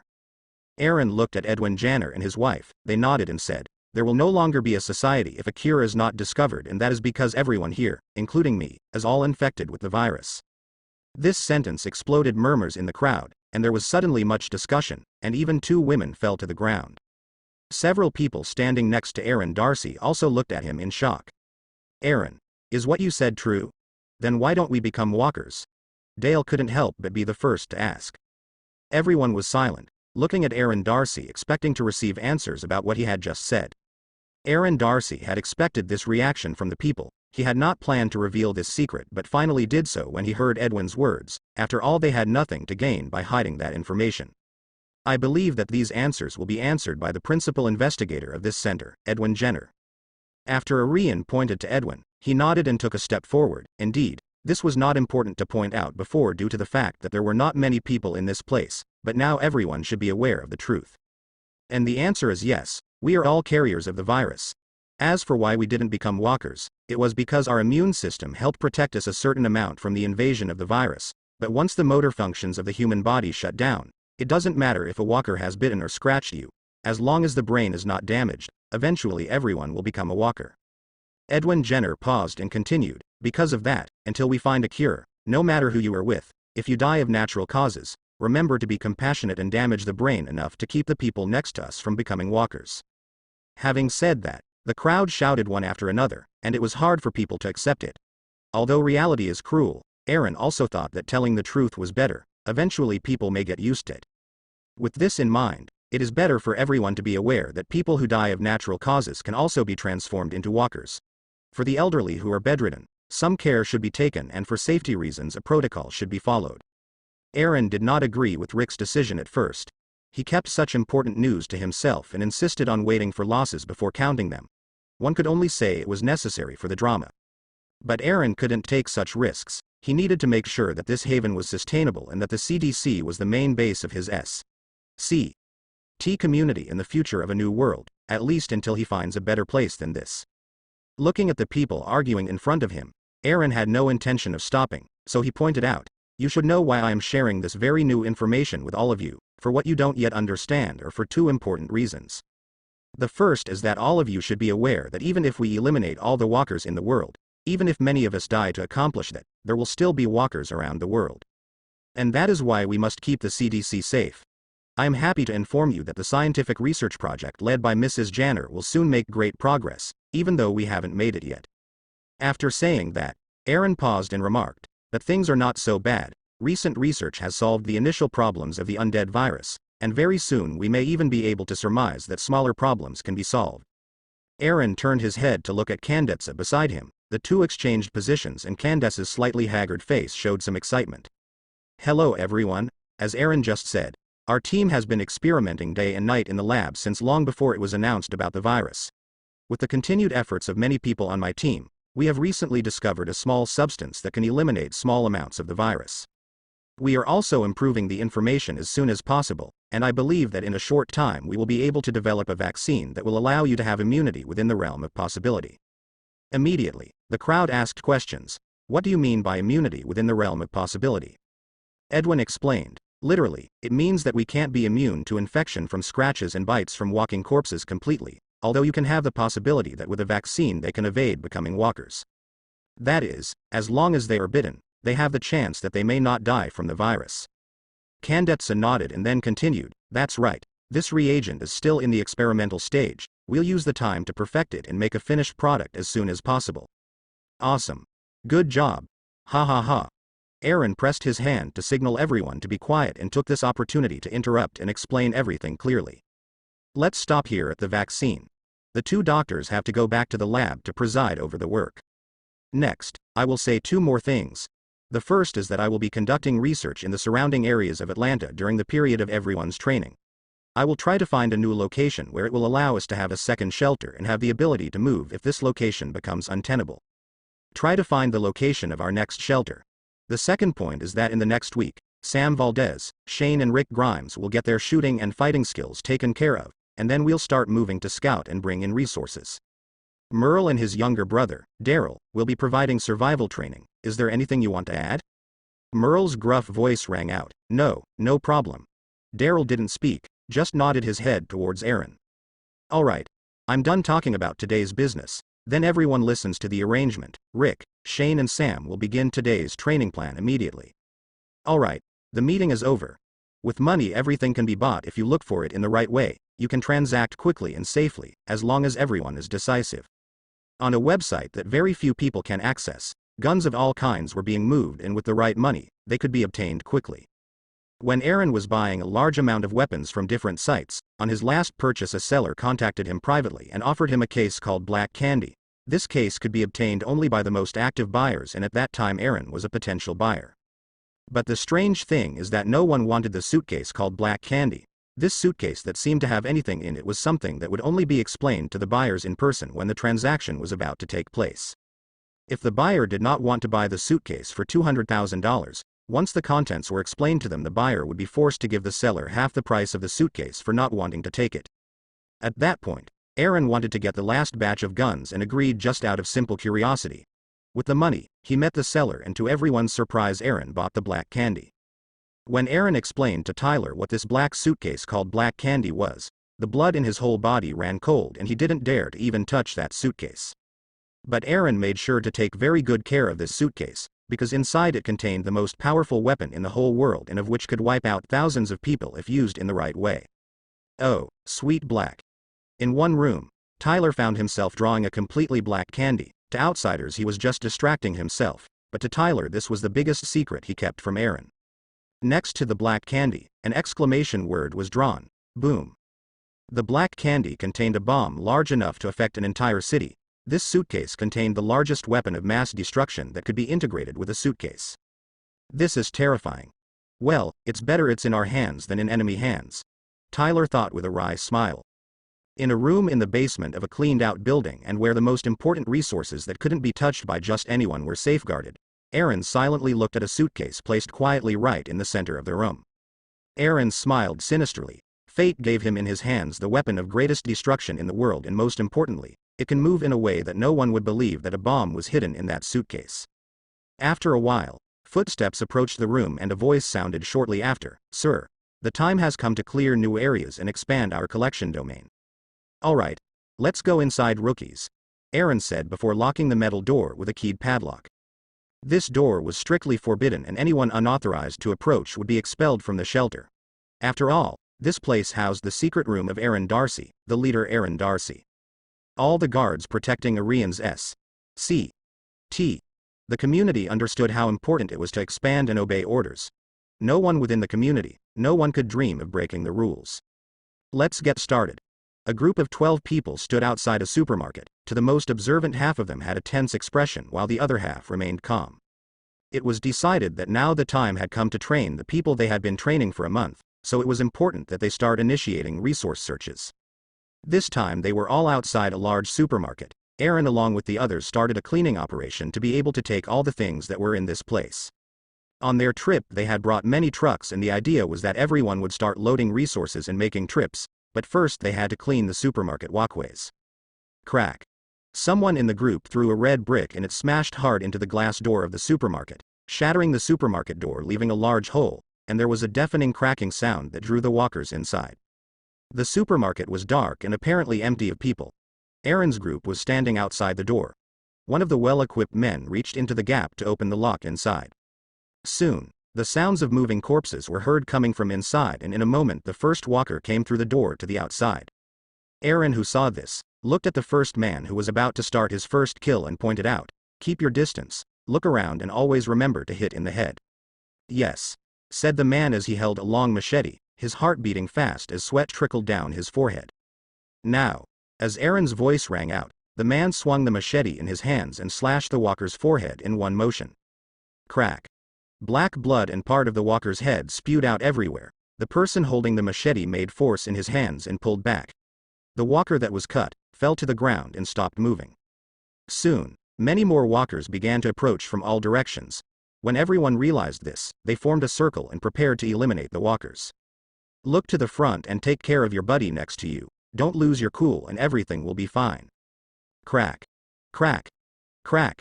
Everyone started to eliminate the walkers with cold weapons. It was understood that ammunition, even if it was a lot, should be safeguarded to deal with living people, while cold weapons should be used to eliminate the walkers. This ensures two things: the physical abilities of all people and the ease with which they can survive at times when they do not have a firearm in their hands. In a few minutes, all the walkers were eliminated by the group of 12 people, while no one was looking. In the distance a group of 3 were in charge of observing the situation in the surroundings. This group of 3 possessed rifles and were guarding the area where Aaron and the others were cleaning up. From their words, they were to inform him if anything was out of the ordinary. "That's everyone. Well done. Quick, there's still plenty of food in this place. We should take all the stuff in this place to the shelter. Haha, we won't leave anything behind." When the video door of the supermarket was fully opened, the group outside began moving things into suitcases specially prepared for carrying large amounts of resources. While everyone was loading the supplies, there were others in charge of carrying them to the trucks parked outside. Similar scenes were happening at some special points in the city. At the hospitals, a group of heavily armed men wearing a bandana emblazoned with the words S.C.T. They were gathering all the essential medicines and tools to perform operations. Under Aaron's orders, large-scale resource gathering began. Many of those who were not even well trained had to work to get the resources to the trucks as quickly as possible. "This weapons store seems to be clean. Let's get all the ammunition and weapons out as fast as possible." Shane, who was in charge of leading a group, started with the weapons. On another side of the street, Mike looked at the guns and trucks left by the military. All the walkers in the vicinity were eliminated under the powerful firepower. "Take the machine guns and trucks. Check if that tank is functional. We'll take everything," Mike said with a cold expression. The whole S.C.T. community was growing a lot, so they also had to move and get more weaponry. The resources left by the military is serving them well to keep increasing their defenses and have the resources to open another shelter. While the groups with combat experience were in charge of the farthest places, there was a small group of people who were in charge of taking gasoline out of the abandoned cars. All these little things would be very helpful to obtain resources. During this time, the whole S.C.T. the community of Aaron Darcy was in continuous movement. Many more survivors were accepted and many more were killed when their true intentions were discovered.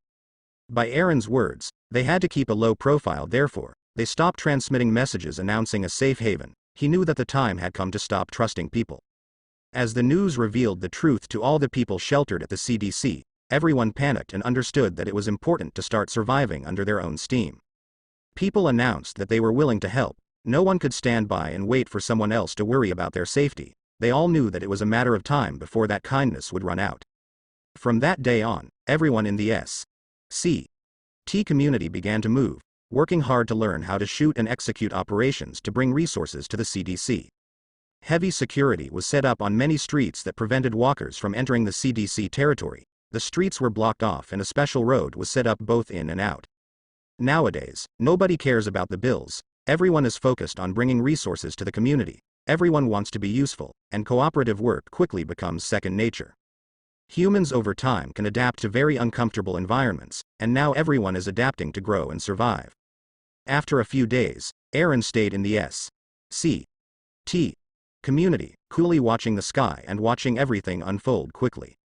Sam Valdez, who had been in charge of maintaining the training of the new people and security within S.C.T, looked at Aaron and asked, "Is there a specific reason why they stopped broadcasting?" "To protect ourselves. We don't need to be discovered for now. The time came to look for a place further away from the city. We have obtained tons of resources, so now we can't get much more out of this place." Aaron didn't want to engage other communities for now. Although his strength was to be feared, he knew he had very few people with real combat skills on his side, so he didn't want to be discovered by hostile forces. Sam Valdez looked at the tanks stationed at different points in the shelter and the heavy machine guns at many strategic points. What is Aaron avoiding right now? Finally, after a week, it was concluded to look for a more secluded location outside the city. Aaron intended to take the prison as his own, but for now he had to consider many more things and move slowly. Not everyone is prepared to keep up with him, so most people continue to retrieve important resources and clean up further and further away from the community. Meanwhile, Aaron and a small group of people set out in search of that place. The shelter around the CDC was expanding and soon several buildings and houses were completely cleared, streets were sealed off to prevent walkers from entering and vehicles were moved off the main streets. People with knowledge of mechanics took it upon themselves to disassemble and obtain special parts to repair other vehicles. All the cars were deprived of their gasoline and very soon they were all in continuous motion. A week passed very quickly, and under everyone's observation the training mission was deemed to have completed one cycle, and the follow-up was survival class by the Dixon brothers. Of course, this does not mean that the training is over. The week is just to familiarize everyone's fighting consciousness, and this is so that they will not feel lost when they face the walkers in the future. After all, what can make people grow is always real combat. Under special techniques, as long as they do not encounter a large crowd of walkers, everyone should eliminate the walkers with cold weapons. Since Merle talked to Aaron last time, he has been very quiet. Except for his foul mouth, not much has changed, but he hasn't done anything out of the ordinary. Aaron doesn't know what he's thinking, but no matter what Merle's thoughts are, he will always be prepared. In contrast, Daryl's change in attitude surprised Aaron. Since considering him in the hunting plans, Daryl's attitude towards him has inexplicably improved.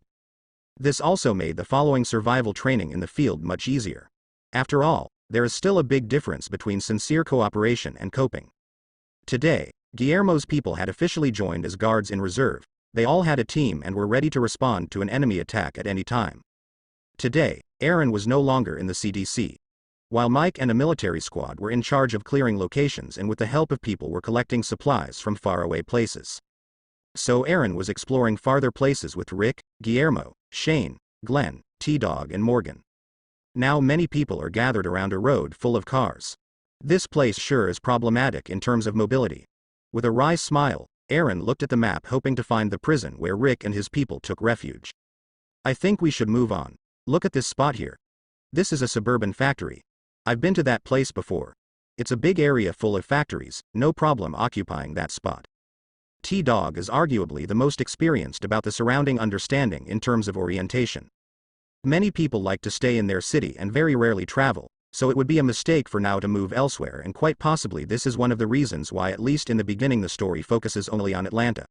Another reason is that transportation is an inconvenience in the latter days, but as long as it is not in rural locations, there are very few vehicles on the road. Originally Aaron's idea is to grow his force in Atlanta. He needs to lead one of the strongest and most united communities of at least in the surrounding area. For this, he needed to have different safe settlements in the city and accurate communication. No, I'm afraid that in the factory for now it can't be considered to do that. What we want is a shelter. This must maintain a unique value of safety and low modification cost. If we look at the factory, the cost of covering the outside would be too high. Rick made his point and everyone agreed. Guillermo stood next to him, frowning and looking at the map in front of him. He didn't seem to have a clear idea, so he picked up his gun and stepped to the side. I'll scout around and see if I can find a suitable place.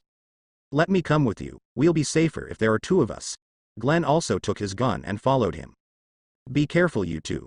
Use the radio and contact us if any situation arises. Aaron looked at the two of them, gave them some instructions and then kept looking at the map. In fact, he wants to go to the prison in Georgia. Although he knows it is somewhere in Georgia, he is still hesitating whether expanding now will be a good idea. For now, he wants to consider visiting Herschel's farm first and save that group of people that would be very useful for them to start developing agriculture. Herschel's tragic death left a deep impression on him when he first looked at him. Due to the soft heart of many people, they forgave enemies and that caused the ruin of many good people. It can be said that everyone paid the price for them and lost the prison that was a good place to live. Morgan pointed to a large open space of a road on the map and fixed. Have you observed it?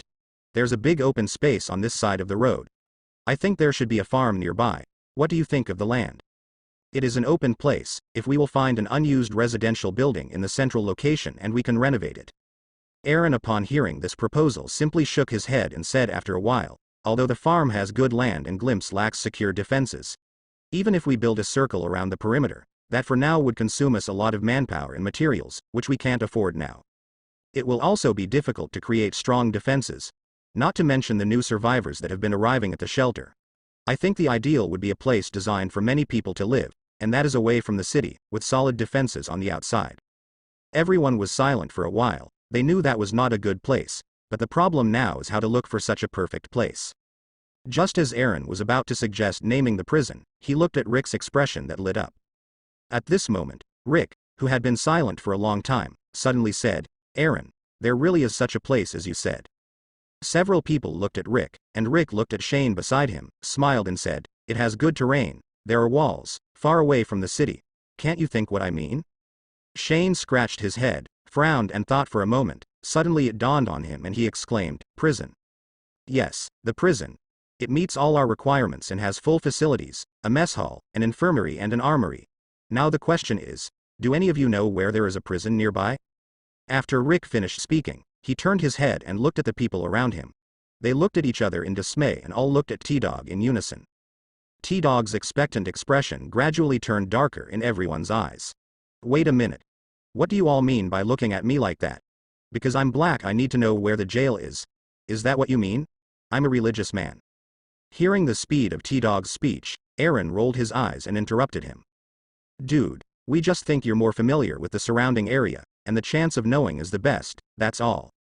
The rest of the crowd nodded as well and Morgan patted T-Dog on the shoulder. T-Dog was speechless and said, sorry, I really don't know. Aaron conned on radio and informed Merle and Daryl's group that they were not far from the place with some people hunting. ZZ. Merle, can you hear me? Answer me quickly. ZZ. Haha, this is your old friend Merle.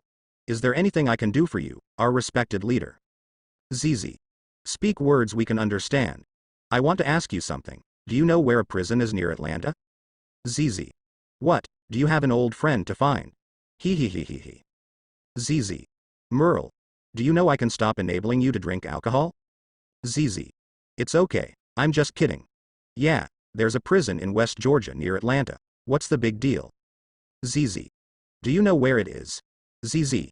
I just know it's west of Georgia. I don't remember the exact location. Bite. I've never been to it. Why do I need to know where that damn prison is? You think he visited them like it's a church? ZZ. It's okay, I get it. You can go on with what you were doing. ZZ. Yeah, whatever. Merle has changed a lot. You're amazing. He's not a person who submits easily. Shane had overheard the conversation between the two, so I can't help but say, since they arrived from the city of Atlanta, Merle's attitude changed a lot. Aaron said casually, he's true to his way of life, not that he's really someone bad. Shane nodded as he heard those words. Bang. In the woods in the distance, there was a loud gunshot. Then Glenn's horrified voice came over the intercom. ZZ. Guys, we're under attack. Oh my god, Guillermo's been shot, come quick. ZZ. Guys, we're under attack, Guillermo. Guillermo got shot. I don't know what to do, come quick. We're in the forest to the west, hurry. How is that possible? Are you another group of survivors? Aaron couldn't help but frown. He grabbed his modified M4 and prepared to leave. The expressions of the others changed drastically. They picked up the weapons around them one after another and ran in the direction where Glenn and Guillermo left a moment ago. Aaron's fear was finding a hostile group of survivors. Now his group was expanding. He couldn't afford to start a war with most of his inexperienced people. He knew they were near the farm where there were people, but for that very reason he warned them all to open their eyes wide as they explored. Soon, they all saw them in the forest. Unexpectedly, there was a fat man standing next to them. Guillermo fell to the ground, not knowing if he was alive or dead. The fat man standing there said something. Seeing this scene, Aaron's always calm face showed an expression of disbelief. He could not believe what he was seeing. There was no doubt that the fat man in front of him was Otis, but he really couldn't remember if this was the day Carl was originally shot. But truth be told, did the shooting have to happen for Rick to meet Herschel at any cost? If so, Aaron knew he would be the one to blame for Guillermo getting shot when he originally intended to interact with the people at the farm. Several people rushed forward. Aaron immediately began checking Guillermo's wounds, while Shane and the others pointed at Otis. Who are you? Why did you attack them? Where is your partner? Otis was stunned at this moment. He was just hunting. He didn't expect to make such a wound to that person a moment ago, so he answered with a nervous tone. I'm Otis. I'm just here to hunt. Look, that's my deer. It's right there. I didn't mean to. I really aimed at the deer and didn't realize there were people in this place. Shane was also furious at this point and continued to question Otis loudly. You're lying. I don't believe you. I didn't mean it that way. I really was just hunting. You have to believe me. Otis had soldered his rifle at this point. Aaron did a simple check. He found that, although Guillermo had passed out, the only thing he could be sure of was that the injury was serious, but he shouldn't be in a hurry to get results on short notice. In these cases, at a glance it is very difficult to know the extent of the damage caused by a bullet wound, since he does not know its trajectory. Aaron lifted his head to look at Otis, stood up and pressed Shane's arm. He was supposed to be hunting. Guillermo was accidentally wounded. The wound is not deep, but surgery is needed. After he finished speaking, Aaron said to Otis, who was still apologizing, Otis, right, is your house nearby? It needs surgery. Herschel has the equipment to save him. I can take you there. Where? In this direction, just go straight ahead. Otis pointed towards the woods. Lead the way. Shane roughly grabbed Otis' clothes and was about to walk that way, but stopped when he heard Aaron yell. Even though he wasn't seriously injured, we can't move him casually. God knows how far we have to go. Then what should we do? He's bleeding badly, and if he doesn't bleed more, I'm afraid he'll die. When everyone didn't know what to do, Aaron suddenly ran to the side of a small tree, took out his knife and began to cut. After quickly cutting 2 small trees, the knife in Aaron's hand quickly cut some twigs from the trees, and in the blink of an eye, 2 decent wooden sticks appeared. Aaron looked at some people and pointed at Glenn and Otis. Take off your coats, both of you, quick. After finishing speaking, Aaron also took off his coat, then opened his pant legs and cut some strips of cloth with just a few knives. As a result, Aaron quickly manipulated the jackets of the two. About 2 minutes later, a simple stretcher appeared in front of everyone. Well, it looks like it's done. Everyone was silent and then began to move and hurriedly carried Guillermo to the stretcher. Aaron helped hold the makeshift stretcher and began instructing several people. Rick, you and I are on the left. Shane and T-Dog are on the right. Everyone hold him tight. Hurry up. After talking, the 4 of them lifted Guillermo together, weighed the stretcher and he felt quite stable. The 4 followed Otis and ran into the woods. After a while the 4 ran forward carrying the stretcher. With the exception of Aaron, the others were breathing unnaturally. Shane was out of breath, as he shouted angrily, you fucking idiot, run faster. Otherwise I'll kill you with 1 shot, quick. Otis knelt on the ground and said breathlessly, sorry, I can't run anymore, you guys keep going forward. There's not much more road left, keep going forward. Seeing that Otis couldn't run anymore, the 4 of them didn't dare waste time, so they could only keep running. Glenn next to him was also out of breath, but he was much better, so he stretched out his arms to hold Otis and slowly chased after the 4 people in front of him. After running out of the woods, Aaron saw the lonely houses in the field in the distance. Go ahead, go, Go. Run. Rick and the others also saw the house in the distance, and they finally felt excited, and the rhythm of their feet quickened a little. Herschel. Is Herschel there? 10 meters away from the house, Aaron shouted loudly and soon saw some girls running out of the house, followed by an old man with white hair and beard. At that moment, the 4 people had already run towards the door of the house. It's Herschel. What happened? Is he hurt? Herschel saw Guillermo unconscious on the stretcher at a glance, and the bright red blood on Guillermo's abdomen was particularly striking. Shane had been holding a fire for a moment now, but now it finally stopped and exploded immediately. Are you Herschel? They shot our people. It was Otis who shot him. Herschel didn't argue with Shane, just stepped forward to check on Guillermo's wound. All right. Come on inside and let's get him to a bed, I can check him over better, Herschel said quickly. Glenn, go get the backpack with the meds, we have plenty of stuff for this kind of situation, Aaron said as they took Guillermo upstairs. Yeah, I got it. After a while, Herschel said, the internal organs and arteries are not injured, but minor surgery is needed to remove the shrapnel. I hear you have equipment here, I need to borrow it. Yes, you can take what is needed, if you need anything else don't forget to tell me, Aaron said seriously. Okay, I understand. After Herschel finished speaking, he turned around and walked into the room. If there's anything you want me to help with, you can tell me, I have a good pulse and I'm not afraid of blood, Aaron said suddenly. Good, then I'll need your help, Herschel said with acceptance. Taking advantage of the free time while washing his hands, Herschel still told Aaron what was bothering him. After washing his hands, Aaron didn't seem worried and said with a smile, just do your best to save him, if I try to take him to my people, I'm afraid it will be too late. As he thought, Herschel finished washing his hands, raised his hands and entered the room. Well, let's get started. Aaron stood to the side with a cool expression, his gaze watched Herschel's movements and stood by waiting if he needed help. The important thing is to get the shrapnel out of the wound, hopefully I can get it all out and no internal organs are damaged as they appear to be now. As he finished saying that, Herschel began the operation, his movements were slow and careful.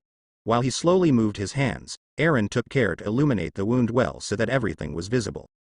The operation was slow and the first piece of shrapnel was removed by Herschel, by his words there was no internal organ so everything was going on very well. The silent place was slowly filled with an indescribable feeling. Aaron's mind was flying as he analyzed how he should act upon seeing what happened. For some reason, things were still happening but in a different way, although the future was now strongly changed by his decisions and ambitions, some things are still happening in the same way.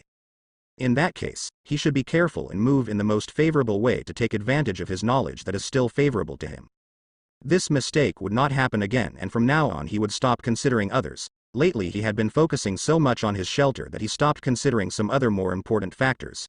Now he had to focus on what was to come. There were many locos as opportunities in the future. After half an hour of operation, Herschel had taken out several pieces of shrapnel. Without the right conditions, it all unfolded very favorably. Metallic sound. The sound of shrapnel colliding with the metal tray woke Aaron, who was immersed in thought. Aaron opened his eyes and watched Herschel's delicate movements to pull the shrapnel out of Guillermo's wound hole. Looks like that was the last one, I'll check some more before I start closing the wound. There was a sigh of relief that Guillermo seemed to be able to recover. He couldn't lose a friend and someone who would help him a lot in his future plans. After some more time, Herschel began to stitch Guillermo's wound naturally. In about 3 hours, Herschel was completely finished. From his words, it was all very fast because the shrapnel did not pierce any internal organs and was too visible to remove. When he finished, Aaron began to organize the place and could not help but admire the skills under pressure that this old man had. When Aaron came out of the room, the people outside had been waiting for a long time. Seeing that Herschel had also left, they came forward to hear his words. There were smiles on the faces of several people. Rick immediately approached and asked, "How did the surgery go? I remember Candace saying you had some medical skills, will Guillermo be okay?" Aaron nodded. He looked at everyone with a serious expression, then he looked at Herschel and said, "I must say we owe a lot to Herschel. He was able to do everything without getting much help from me." In his words, Guillermo's injury is not as serious as we thought. Fortunately, the bullet parts did not pierce any internal organs. You have great skills to keep calm even in this kind of situation. If you were a doctor, you would definitely be one of the best. An old voice sounded coming from behind the people, and Herschel took a few steps to look at the rest of the people. Herschel extended his hand towards Aaron Darcy and said with a solemn expression, "Allow me to formally introduce myself. I'm Herschel Green, a veterinarian. I was the one who performed the surgery just a moment ago. These are my two daughters Maggie, Beth. The one who injured your friend is Otis. Aaron reached out to shake Herschel's hand, turned around and introduced. My name is Aaron Darcy. You can just call me Aaron. These are my friends, police officers Shane and Rick. This is Glenn, T-Dog and Morgan. The guy in the bed is Guillermo. We are all Atlanta survivors. Herschel immediately said with a mild apology, I'm sorry for causing you such a big problem. We will be responsible for your friend's injuries. He can recover with us. During this period, you can stay in our house temporarily. Food and lodging will be provided until your friend recovers. Rick took over and said, after all, things haven't gotten any worse, have they? You don't have to be sorry, Herschel. Then we'll bother you in the next few days. It so happens that we can use this place as a fortress to investigate the surrounding environment. We won't cause you any inconvenience and we can also maintain your safety. Aaron also nodded and agreed with Herschel's proposal, and then noticed that there were horses on the farm, so he asked, Herschel, I have a question. Do you have any horses here? Herschel nodded and pointed to the stable not far away. Yes, they are in the stable. Can you lend me 2 horses? Our carriage got stuck on the opposite road and we have to bring it back. Just as Aaron finished speaking, Rick interrupted him. Aaron, take a rest, we'll pick up the car ourselves. Hearing this, Herschel turned around and yelled into the room, Maggie, get out. Soon, a woman in house clothes poked her head out and asked suspiciously, Dad, what's wrong? You're going to the stables to get a horse, then you're taking them to the road and back. Maggie shrugged and asked Rick and the others, which one of you will go with me? Glenn, go. You're relatively thin. Hearing Maggie's question, he immediately decided to hand the task over to Glenn. Huh. I'm going. What? Glenn hadn't expected to suddenly be called on himself. He had been looking at Maggie for a long time, and when Aaron suddenly called him, he immediately became nervous. Go with Maggie on horseback and drive our car back, we left a lot of important things. Oh okay. After the two left, Aaron went into the guest room of the house, and as soon as he lay down on the bed, Aaron felt his eyelids heavy and fell asleep after breathing a little. Inexplicably he felt strange, so he decided to go to sleep. Atlanta, geriatric home. A day after Aaron evacuated the people from this shelter and they left the city with some extra resources. A group of people were rummaging through boxes in the nursing home at this time, as if they were looking for something among the things left behind. A tall, handsome, middle-aged white man was standing in the middle of the backyard, looking at a statue of a boy in the pool in the middle of the yard. On the back of this statue of the boy, a pair of small wings spread out, with a big smile on his face, and 2 small hands holding a book, pointing towards where the man was standing. At that moment, a middle-aged man with glasses, who was shorter than the man, approached the man and said in a low voice, Philip, I looked everywhere and found nothing. The group of people here seem to be gone and the thieves don't seem to have anything. After the man finished speaking, the man named Philip Blake was still standing there motionless, still staring at the statue of the boy. After half a minute, they saw him turn around and walk to the corner of the courtyard. The visitor looked toward the corner of the wall in the direction Philip was walking and found that there was nothing but some bricks scattered there, but he didn't dare ask. He saw Philip bend down and choose from among several bricks, picked one up, held it in his hand, turned around and walked slowly. Milton, do you know why we are here? Philip asked in a slow, dangerous tone as he walked in his direction. Milton couldn't help but shiver and quickly replied, I know, we're here to find medicine. Philip stood still by the pool, the corners of his mouth slightly upturned, but there was no smile in his eyes. He asked word for word, so, you, tell me, why, we can't find that damn medicine. As he spoke, the whole person became more and more excited, and the expression on his face gradually became crazy. Almost every time he said a word, the brick in his hand hit the statue of the child. After he finished speaking, only the roar of the brick on the statue could be heard. Milton stood there with his head bowed, his body trembling with the sound of a cracking sound. At this moment, he only felt a deep sense of fear spontaneously. This man, better known as the governor later, began to move closer and closer to Aaron's movements. It was also from then on that Milton discovered that Philip's character became increasingly strange. When he was in the shelter he was a very kind and gentle gentleman, but once he came out, he became extremely cold and aggressive. He often even lost his composure inexplicably and abused the survivors they encountered along the way. Even a few days ago, Milton was found in a bathroom near the survivors' camp. He knew that Philip had killed him, because he was very familiar with the scars on the body, which were cut by Philip when he was interrogated. Milton gradually began to be afraid of this person more and more. He tried to persuade him, but that did not work to control his friend, and he got worse and worse. In this way, Milton watched Philip step by step until today, becoming the leader of this group of survivors. He can safely say that he is the only one who knows Philip's past, becoming his right-hand man. In the eyes of these survivors, Philip is an intellectual, rational, powerful and perfect leader, but in Milton's eyes, Philip is really crazy. Today he knew Philip was looking for a place to settle down. He really wanted to have a place to call home. Georgia County, in a place abandoned by people.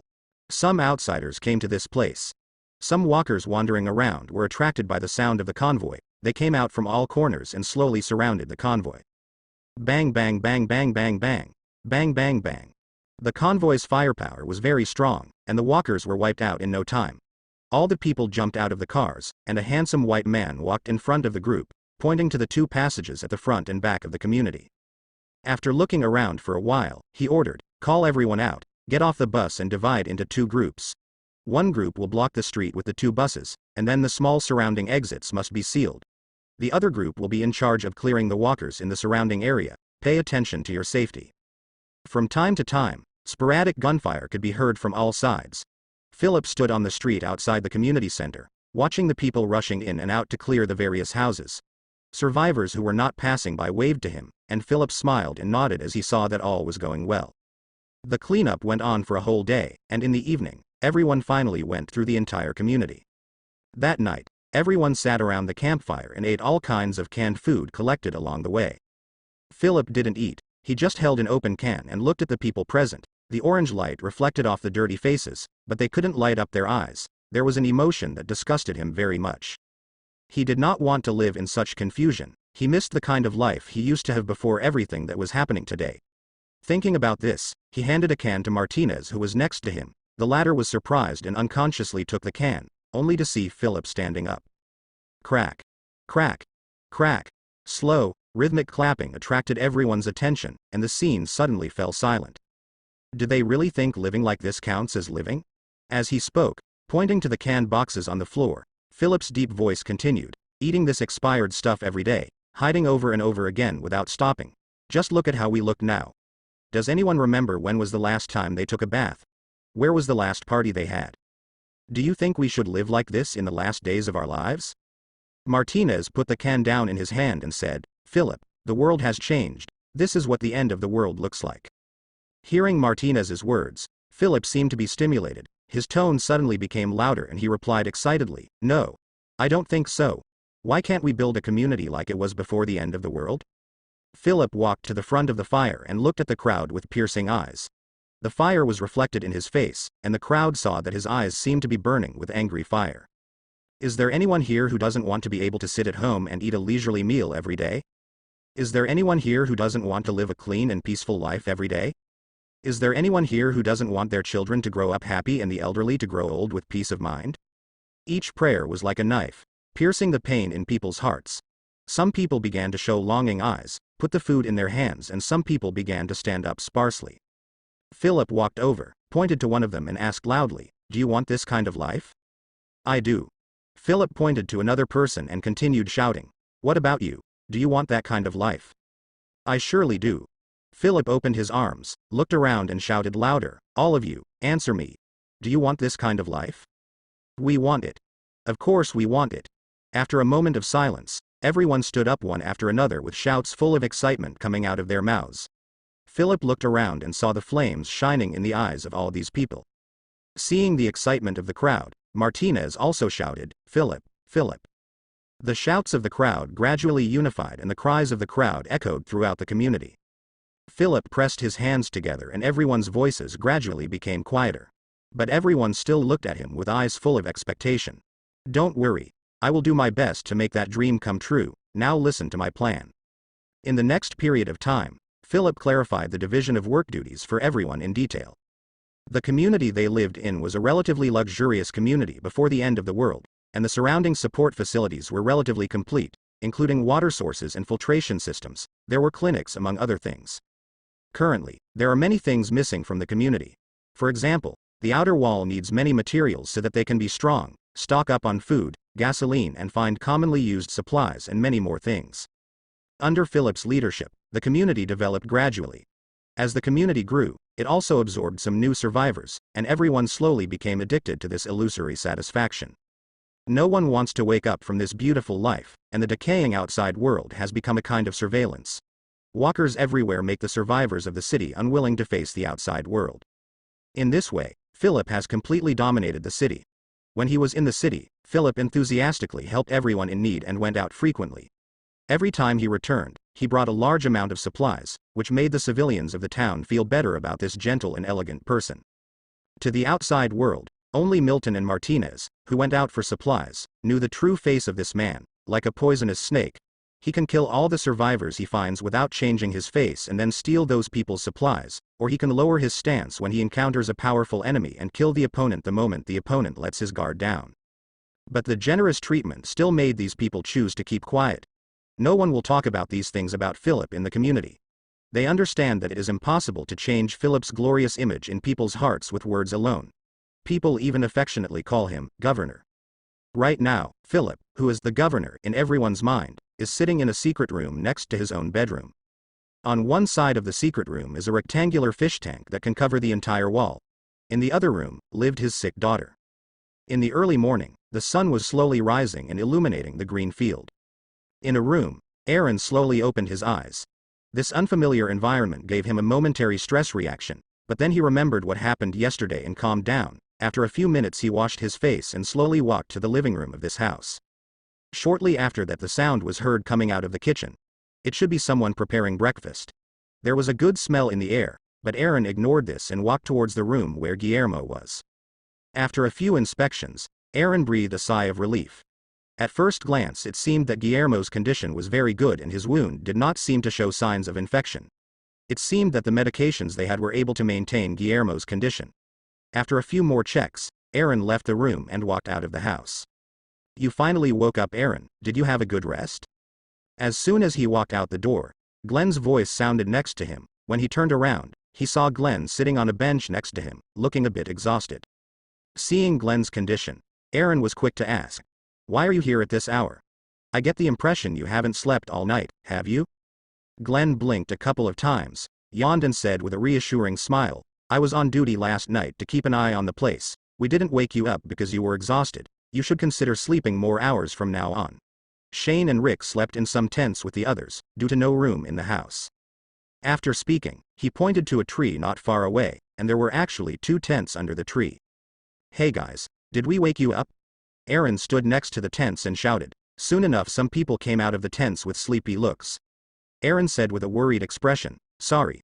Looks like they haven't woken up yet. We need to eat something and after that we need to look around."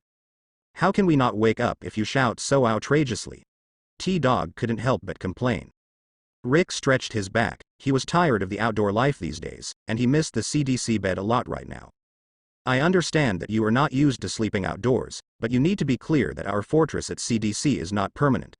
We have to consider moving most of them from that location due to maintenance, so before we find a suitable location we should love the outdoors." Morgan also nodded and said with emotion, "Aaron is right. It's not just us. Everyone in the future should get used to living a life like this. After all, we don't know what will happen in the future." After breakfast, Aaron asked Glenn to catch up on his sleep while he looked for Herschel to ask him some questions. Inside the house, Aaron explained their situation and where they came from in more detail. He had to let them know about what was going on in the outside world. "Herschel, as I mentioned to you, we are from the CDC. This time we went out to find a secondary shelter. So I want to ask, are any of you familiar with the nearby terrain?" Herschel thought about it and nodded. "Otis is very familiar with it. He helped us transport a lot of stuff from the city before. You can ask him directly, there shouldn't be any problem." When Aaron found Otis, this man was repairing a truck in the yard and after hearing Aaron's words, he agreed without the slightest hesitation. He always regretted the Guillermo affair, but there was nothing he could do to help. When he heard Aaron's request, he readily agreed. "There are several pharmacies and stores nearby. As for the things you mentioned, I'm not quite sure." Otis had already taken Aaron and the others to a pharmacy some distance from the farm. Aaron didn't really expect to find some warehouses to store materials, but it was a pity that Otis didn't know about the existence of these places, so he could only take them to check them out one by one in order.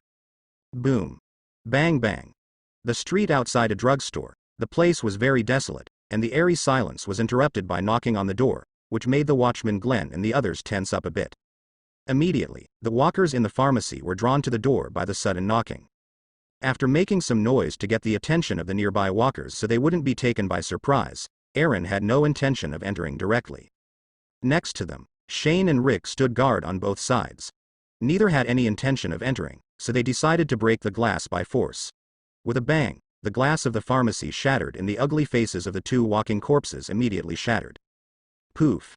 Poof.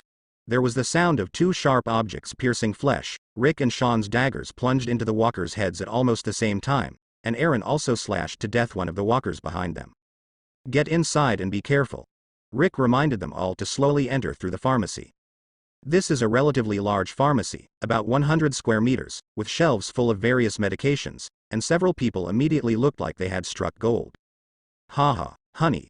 Shane waved his hand over the boxes of medications on the shelves with excitement. No one expected this pharmacy to have such a complete collection of products. Everyone packs up the medications, as many as possible. These rows are the most important ones, and then the others. Aaron pointed to some shelves with more important medications.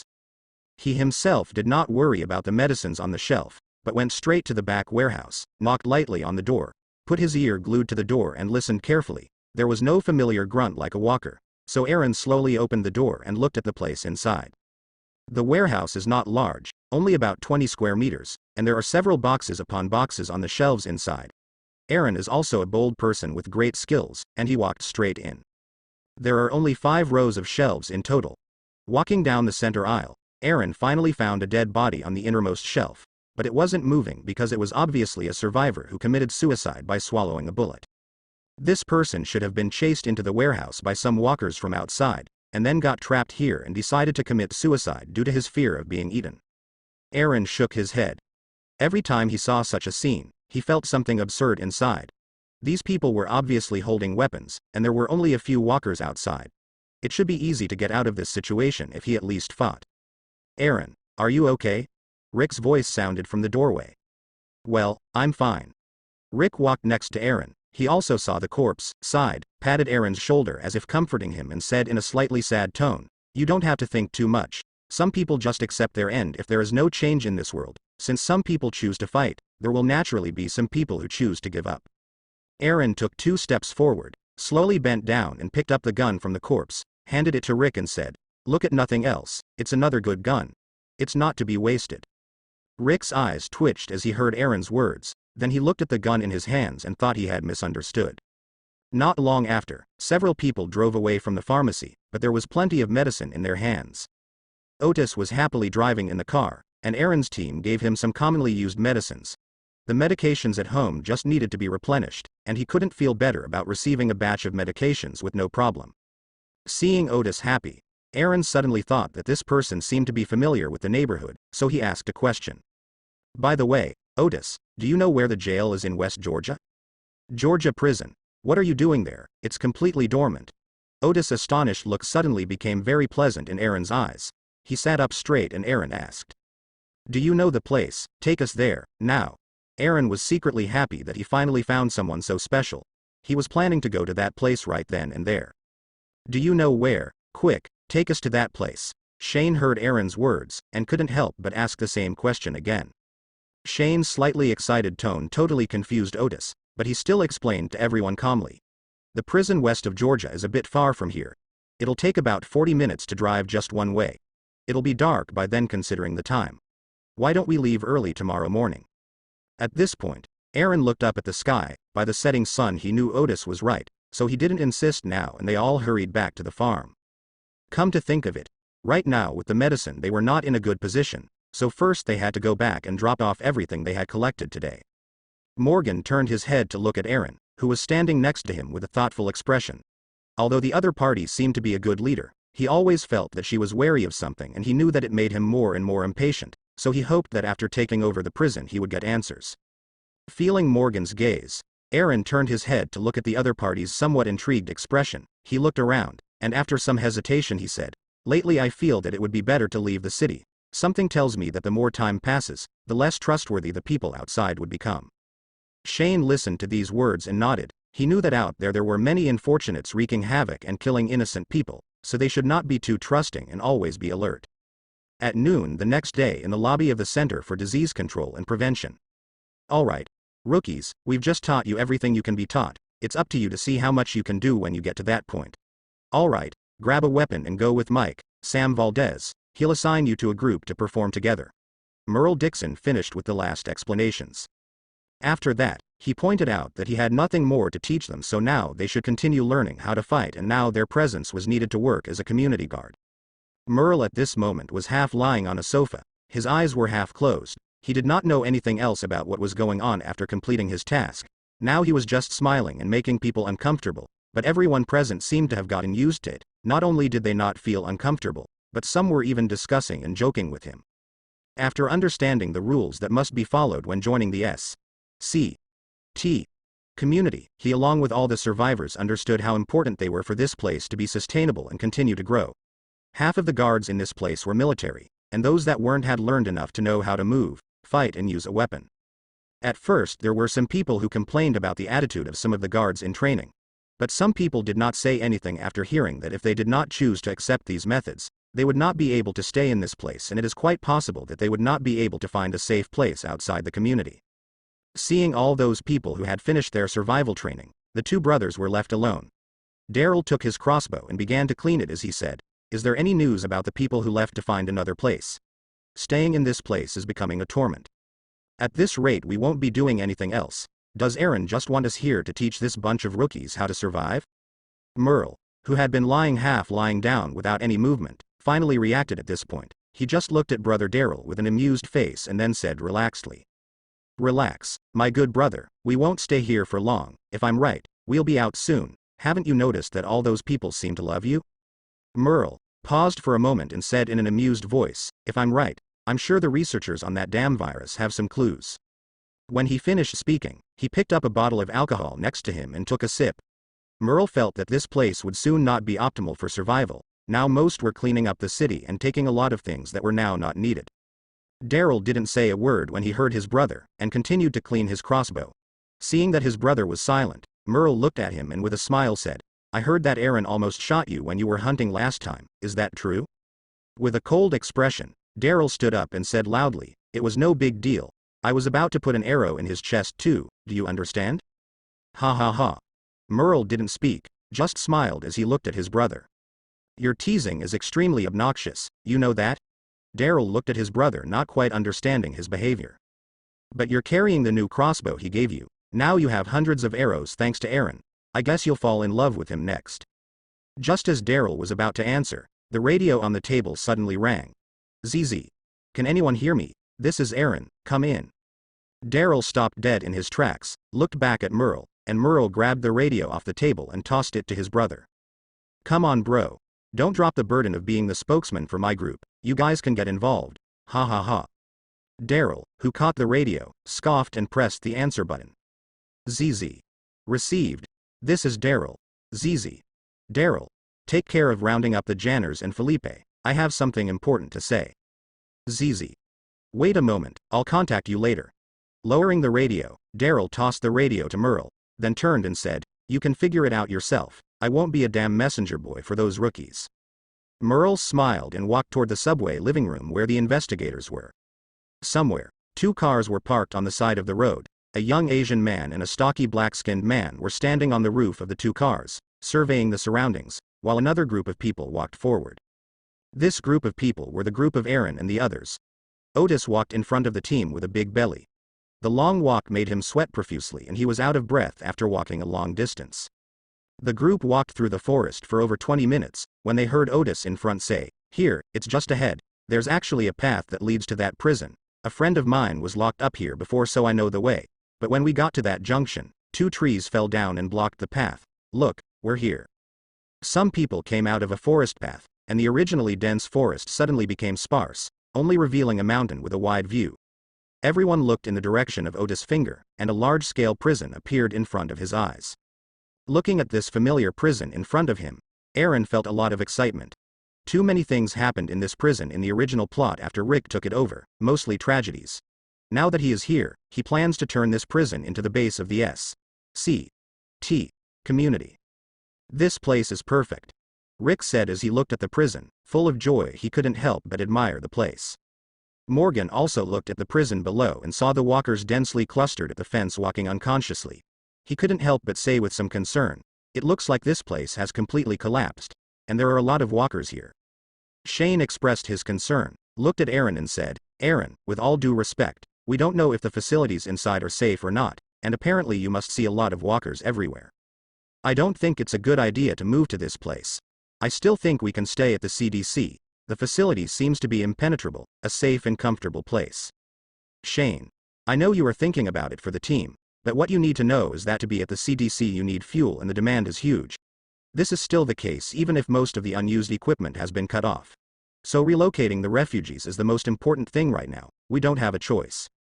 Aaron knows that Shane is a very defensive and conservative person, which can be seen in the various choices in the original story, and he is also a person who does not like to take potential risks. He has a reckless and irritable character, which makes him tend to act in an impulsive way.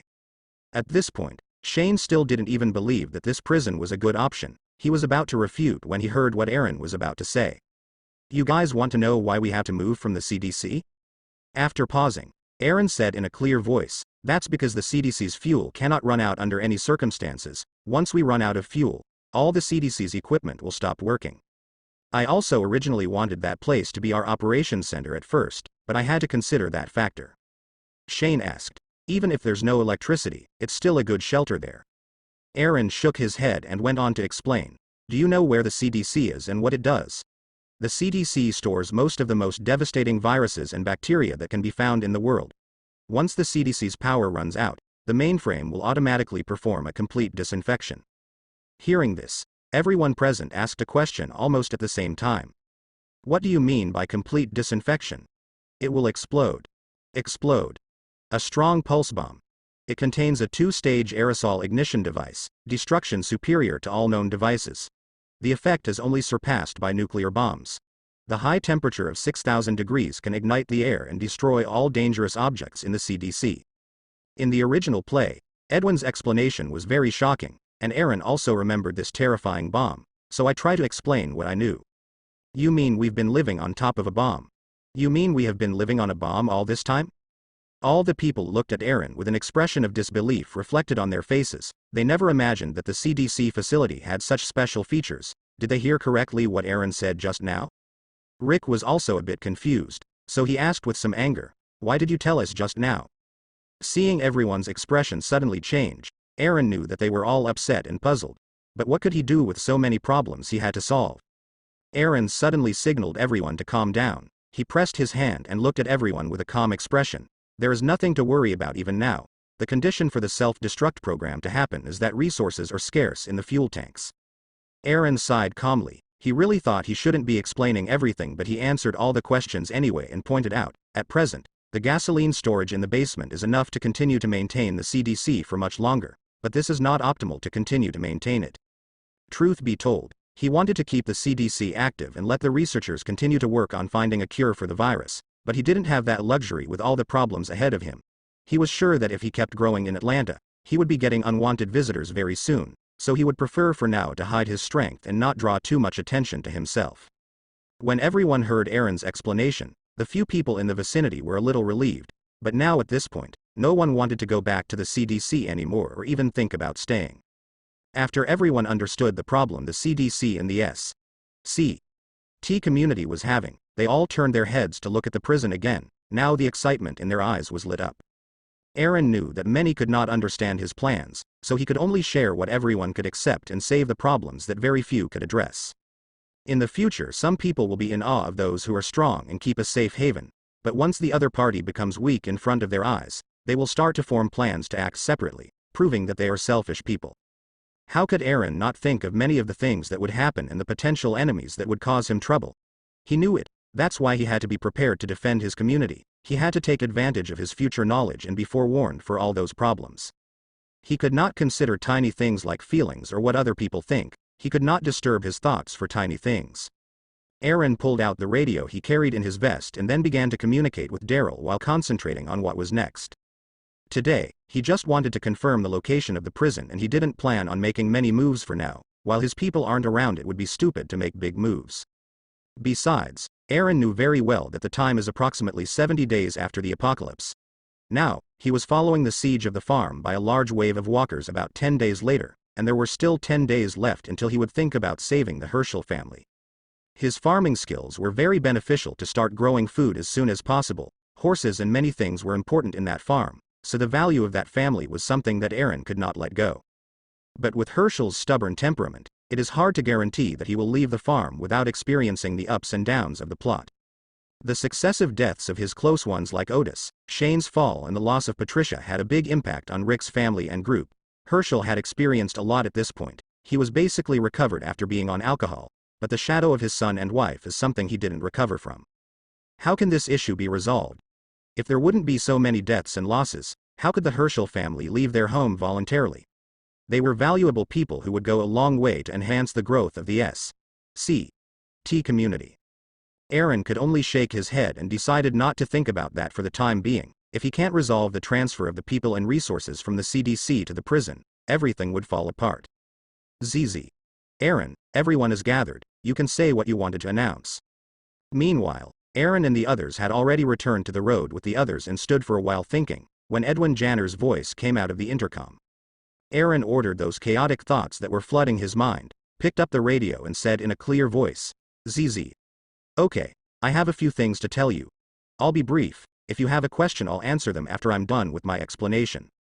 After pausing, Aaron pressed the intercom button and pointed, ZZ. First things first, you will soon begin the migration plan that has been planned all this time. When I finish the following, the others will explain to you in detail why this decision was made. Secondly, I have to apologize to Felipe. Guillermo was injured, but it was not serious. He was accidentally wounded by a shotgun bullet, but right now he is stable and recovering. The third thing, and the most important thing, Merle and Daryl. You two will have to bring in a group of the people you've had the most experience with this past week while Mike and the others get the supplies moved and the moving operation set up. Tomorrow you will need to come with that group to engage in a large battle and meet up with us. We have found an excellent shelter. Due to its large size there are places that need to be cleared. Now you can ask any questions. ZZ. Aaron, is Guillermo with you? Can I talk to him? As soon as Aaron finished speaking, Philippe's anxious voice came out of the radio, and Aaron could only briefly comfort him. ZZ. I'm sorry, Felipe, we are still outside. Guillermo is currently in a very safe place and someone is taking very good care of him. ZZ.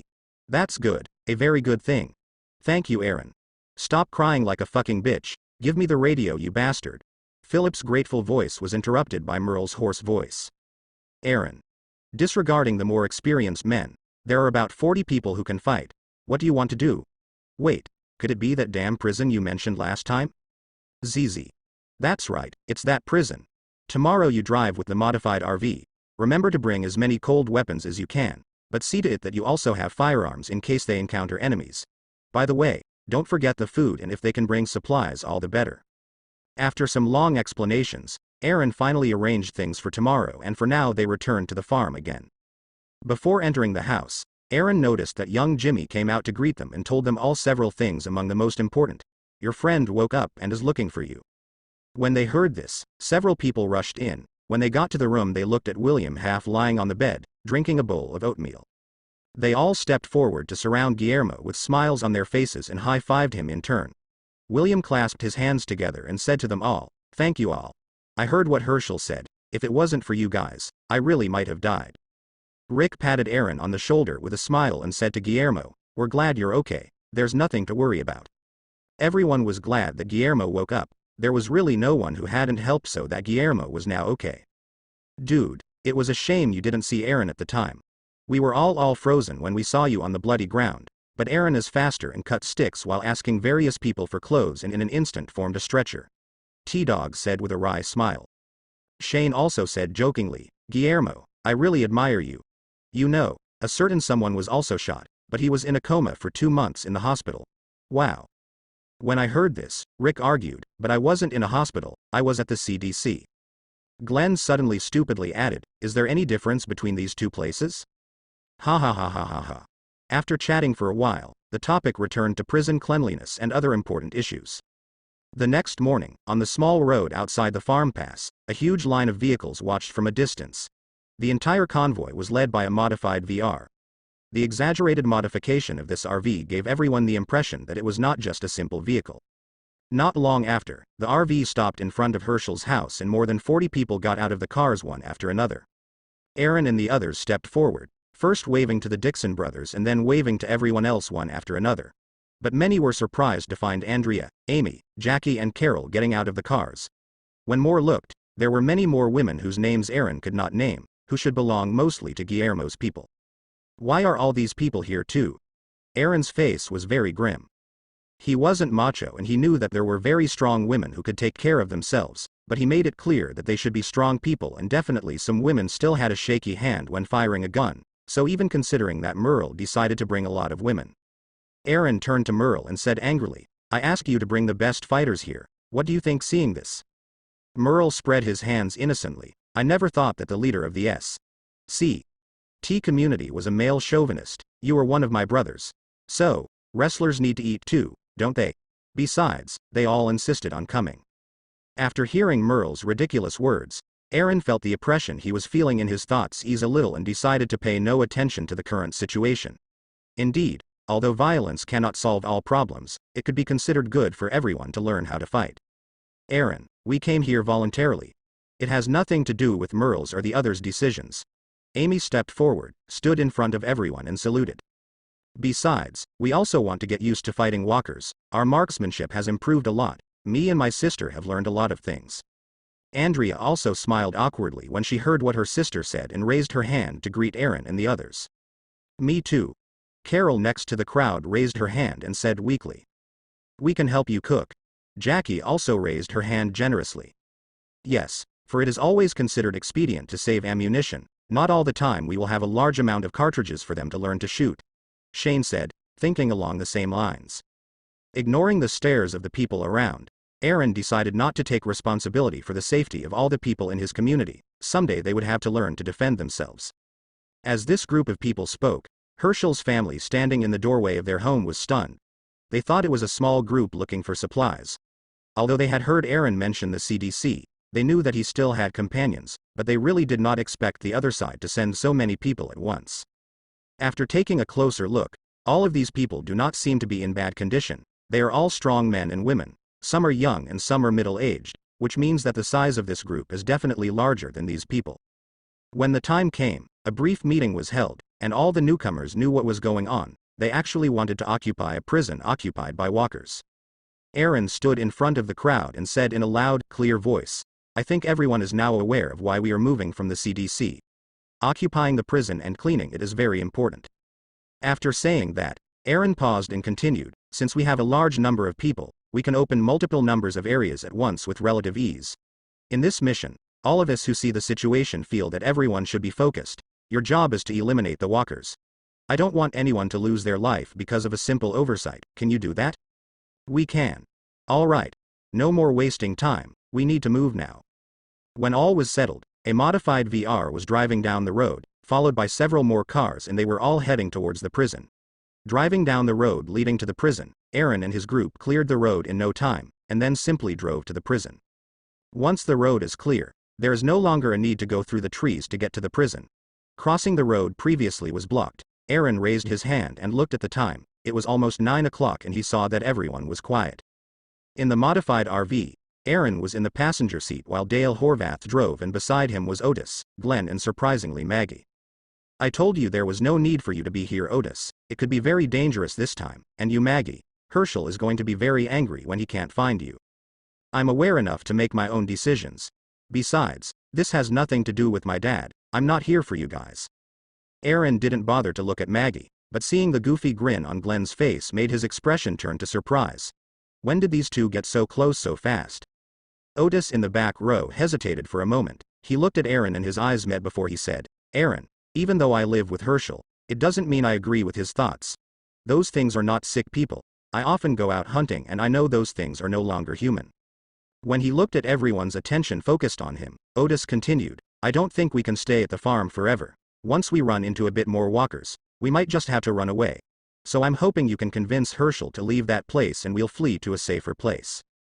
Seeing the mood tighten a bit, Rick looked at Otis' somewhat serious expression and said, "I don't think Herschel would consider moving everywhere. I had a conversation with him earlier. His family has taken care of the farm for many years and it's not at all easy to leave that place for him. I had that thought. But now considering it's the time when the walkers in the city are expanding outward, very soon a big wave of walkers will form. Once the farm is in the way, there won't be a very good outcome, Aaron said with certainty. After hearing Aaron's words, the scene of a large number of walkers flooding the farm formed in Otis' mind, and he felt a shiver run through his body. Otis shuddered and his worries became heavier and heavier. Looking at this, Aaron only sighed, took the gun in his hands and said, "You have nothing to worry about. I'll try to talk to Herschel as soon as possible." Otis could only nod his head, and the current situation could only remain like this. "I'll help persuade my daddy too." Hearing the other party's words, Maggie looked at Glenn beside her. The two held hands in silence. After a while, several cars slowly stopped at the main gate of the prison, and everyone got out of the car orderly with cold weapons in their hands. Immediately everyone formed a circle and the walkers in the vicinity were picked off one by one. Glenn took a bolt cutter and easily cut the prison door lock while the others eliminated the nearby walkers. Aaron watched all of this calmly. As soon as everyone started moving with their cool weapons, he knew they had practiced hard. As he moved, he nodded as he stood in the center of the prison. The prison facility looked very old though. The door is a double door with a 3-layered wire mesh structure. On one side of the gate is a tower. On the wall of the tower is a sign with the name of the prison. Looking in, there is a large playground, which should be the prison's place of activity. The playground has been occupied by walkers at this time, and there are corpses even on the wire walls. Everyone rushed through the gate, and Glenn and Daryl immediately closed the gate and locked the latch, and the walkers gathered outside the fence stopped. The prison is designed with inner and outer fences, and the place where everyone is now is the open space between the two fences. Aaron acted immediately. He called everyone to attention and began handing out assignments. "Everyone listen up, Daryl and Merle. Take 15 people to the west side. Shane and Morgan, you take another 15 people and the rest follow me. Everyone keep watching. Now take up your positions, make noise and call the walkers from outside the fence." "By God, look at that." One boy suddenly pointed to the entrance leading to the inner courtyard from the innermost part of the courtyard. They all looked in the direction and saw that the sliding gate was open and there were many walkers inside. "According to the original plan, I'll close that door." Aaron instructed everyone to go to the designated spot first. "It's too dangerous. There are too many walkers inside." Aaron signaled everyone to be quiet and then said, "Okay, with the plan Rick and the others decided on, you need to pick the best people with the marksmanship. Shane and Rick go to the towers on both sides. Everyone will fire without restraint and finish off the walkers in the courtyard. Make sure you don't waste ammo," Rick added as he moved. Seeing that everyone was determined, people stopped coaxing him and ran to their posts. After everyone arrived, they started making noises. Glenn held the patio door with his hands and reminded Aaron, "Be careful, on the count of 3, 2, 1, now." After speaking, he pulled hard with both arms, and the sliding door opened with a clang. At this moment, Aaron was holding a pistol in his left hand with a silencer and a machete in his right hand. His figure moved quickly forward as the door opened. At this moment, the situation stimulated Aaron's body, and his calm heart began to beat more violently, sending oxygen to all his extremities, followed by adrenaline. At this moment, Aaron felt really excited. The machete in his hand moved, slashing 2 walkers passing by him.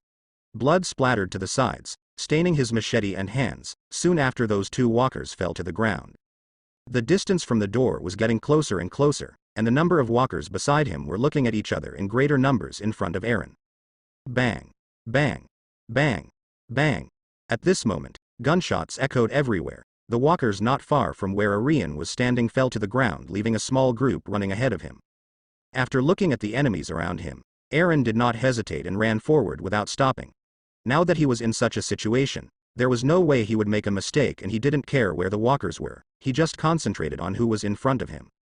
Seeing the figure of Aaron running forward, Rick and the others did not stop, but concentrated on continuing to fire at the walkers closest to him.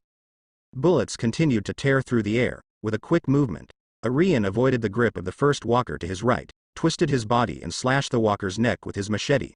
The enormous force exerted cut the walker's neck straight through, and the grip of the machete made stronger, and he moved towards another walker with a backward slash. Crack. In just a few seconds, the sound of 2 consecutive slashes was heard and the heads of 2 walkers fell to the ground. Blood spurted out. The rotting body of the walkers fell to the ground in a gnawing sound, and Aaron paid no more attention to them. Aaron saw a walker very close. who seemed to have been awakened by the sound that was being generated in the surroundings. With a rotten smell, his movements were slow, apparently unaware of what was happening around him. But when he saw a black figure approaching his direction, it was too late to realize what was happening. Aaron on his side wasted no time. He raised his machete and stabbed it into the forehead of that walker. Crack. After killing that third walker, Aaron moved his pistol with silencer and quickly eliminated the walkers in front of him, and they were getting closer and closer to his direction. A walker closed Aaron's path. Due to the distance, he could not raise his pistol and eliminate the walker, so he could only make a quick movement. Without giving it a chance to move forward, he ran forward a few more steps, lifted his foot and kicked the rotting body of the walker hard, knocking it to the ground. Finally, with the front and its fringes clear of walkers, Aaron grabbed the railings on either side of the door with both hands, pulled hard closing the open space, and removed a hook at his waist to seal the door in an instant. When the door was closed, Aaron turned to look at the people behind him. There were now a few walkers that were eliminated with a few more shots. Then he calmly opened the tower door. On the other side he encountered a walker that had a guard uniform, and Aaron rushed forward to eliminate him. Aaron in this situation reacted very fast. He raised his foot and kicked the walker's body. He walked 2 more steps and stabbed the machete into the walker's forehead. Crack. The walker's forehead was pierced, blood pounded the wall, and after everything was settled, Aaron closed the door behind him. He did it. Ha ha ha, you crazy fucker, Morgan exclaimed with a laugh. Now let's clean up the remaining ones, shouted Daryl, and as soon as his words fell, the gunfire around them grew thicker. In just a few minutes, there were no more walkers moving in the main courtyard of the prison. We must go in. Everyone ran into the wide courtyard, and some people even couldn't help but scream. Although the CDC is good, the narrow subway space is really depressing. At this moment, they could finally feel the grass on their feet again and a large open space around them, which made them feel very excited. There was no one who was not smiling. Aaron also walked happily through the tower. This place would be very easy to defend and a great place to accommodate everyone. Bro, you're awesome. Glenn excitedly ran forward and praised Aaron. He waved his hands to show it was nothing significant. Someone threw his M4 at him, and after looking around he said, "Someone get the trucks and vehicles into the prison. We need to check the bodies on the ground again, eliminate the undead and stack all the bodies in a corner." Saying this, Aaron looked at Rick and pointed to the inner courtyard. "There's a lot of work to do. Let's finish this quickly to keep moving forward." "Yes. No problem." Hearing this, everyone started moving and were busy for a while. After finishing with the previous one, they all stood in front of the fence that led to the inner courtyard again. Looking at the walkers behind the fence, Aaron quickly thought of how to clear these monsters without loss. There is also a backyard in the inner courtyard, where a large number of walkers gather. Aaron knew this very well.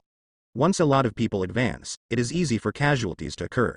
In front of the walkers, whether you are wounded or dead, unless it is the bite on a limb, it would be impossible to be saved. Alright. Let's divide into several groups. Let's take turns to make noise in this place. We must lure the walkers to the fence to kill them.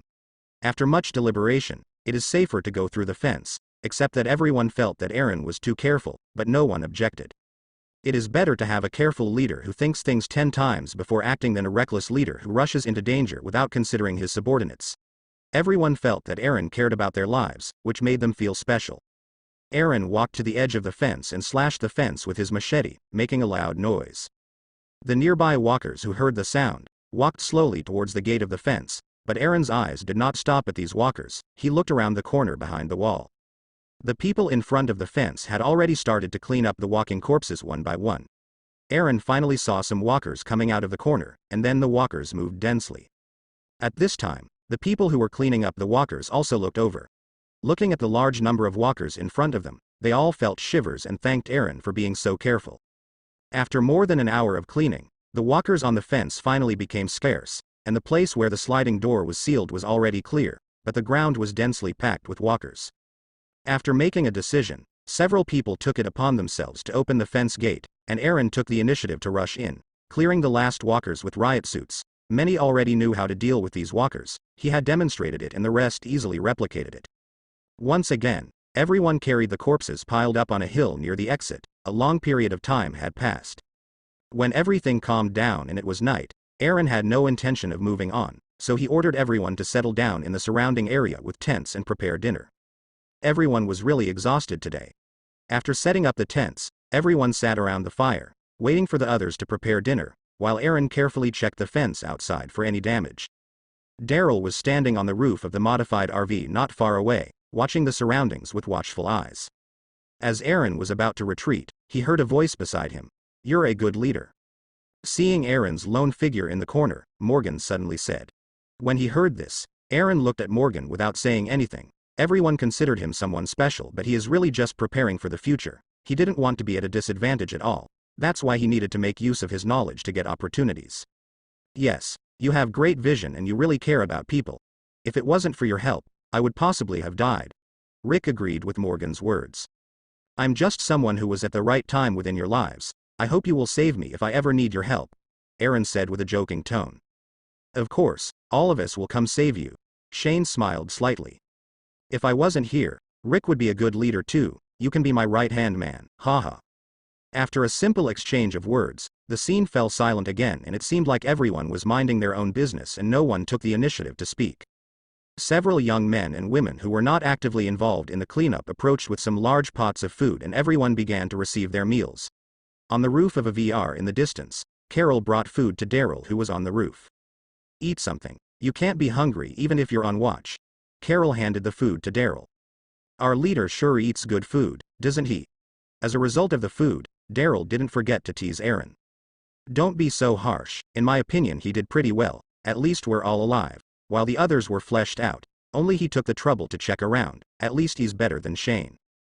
Daryl ate without speaking. In fact, he knew very well that Aaron was a good leader, after all even his brother said so.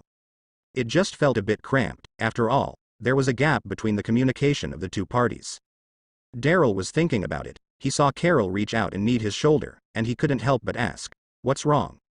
"The recoil of the gun was so strong that it hurt my shoulder," Carol replied. "Come here. Let me check you out."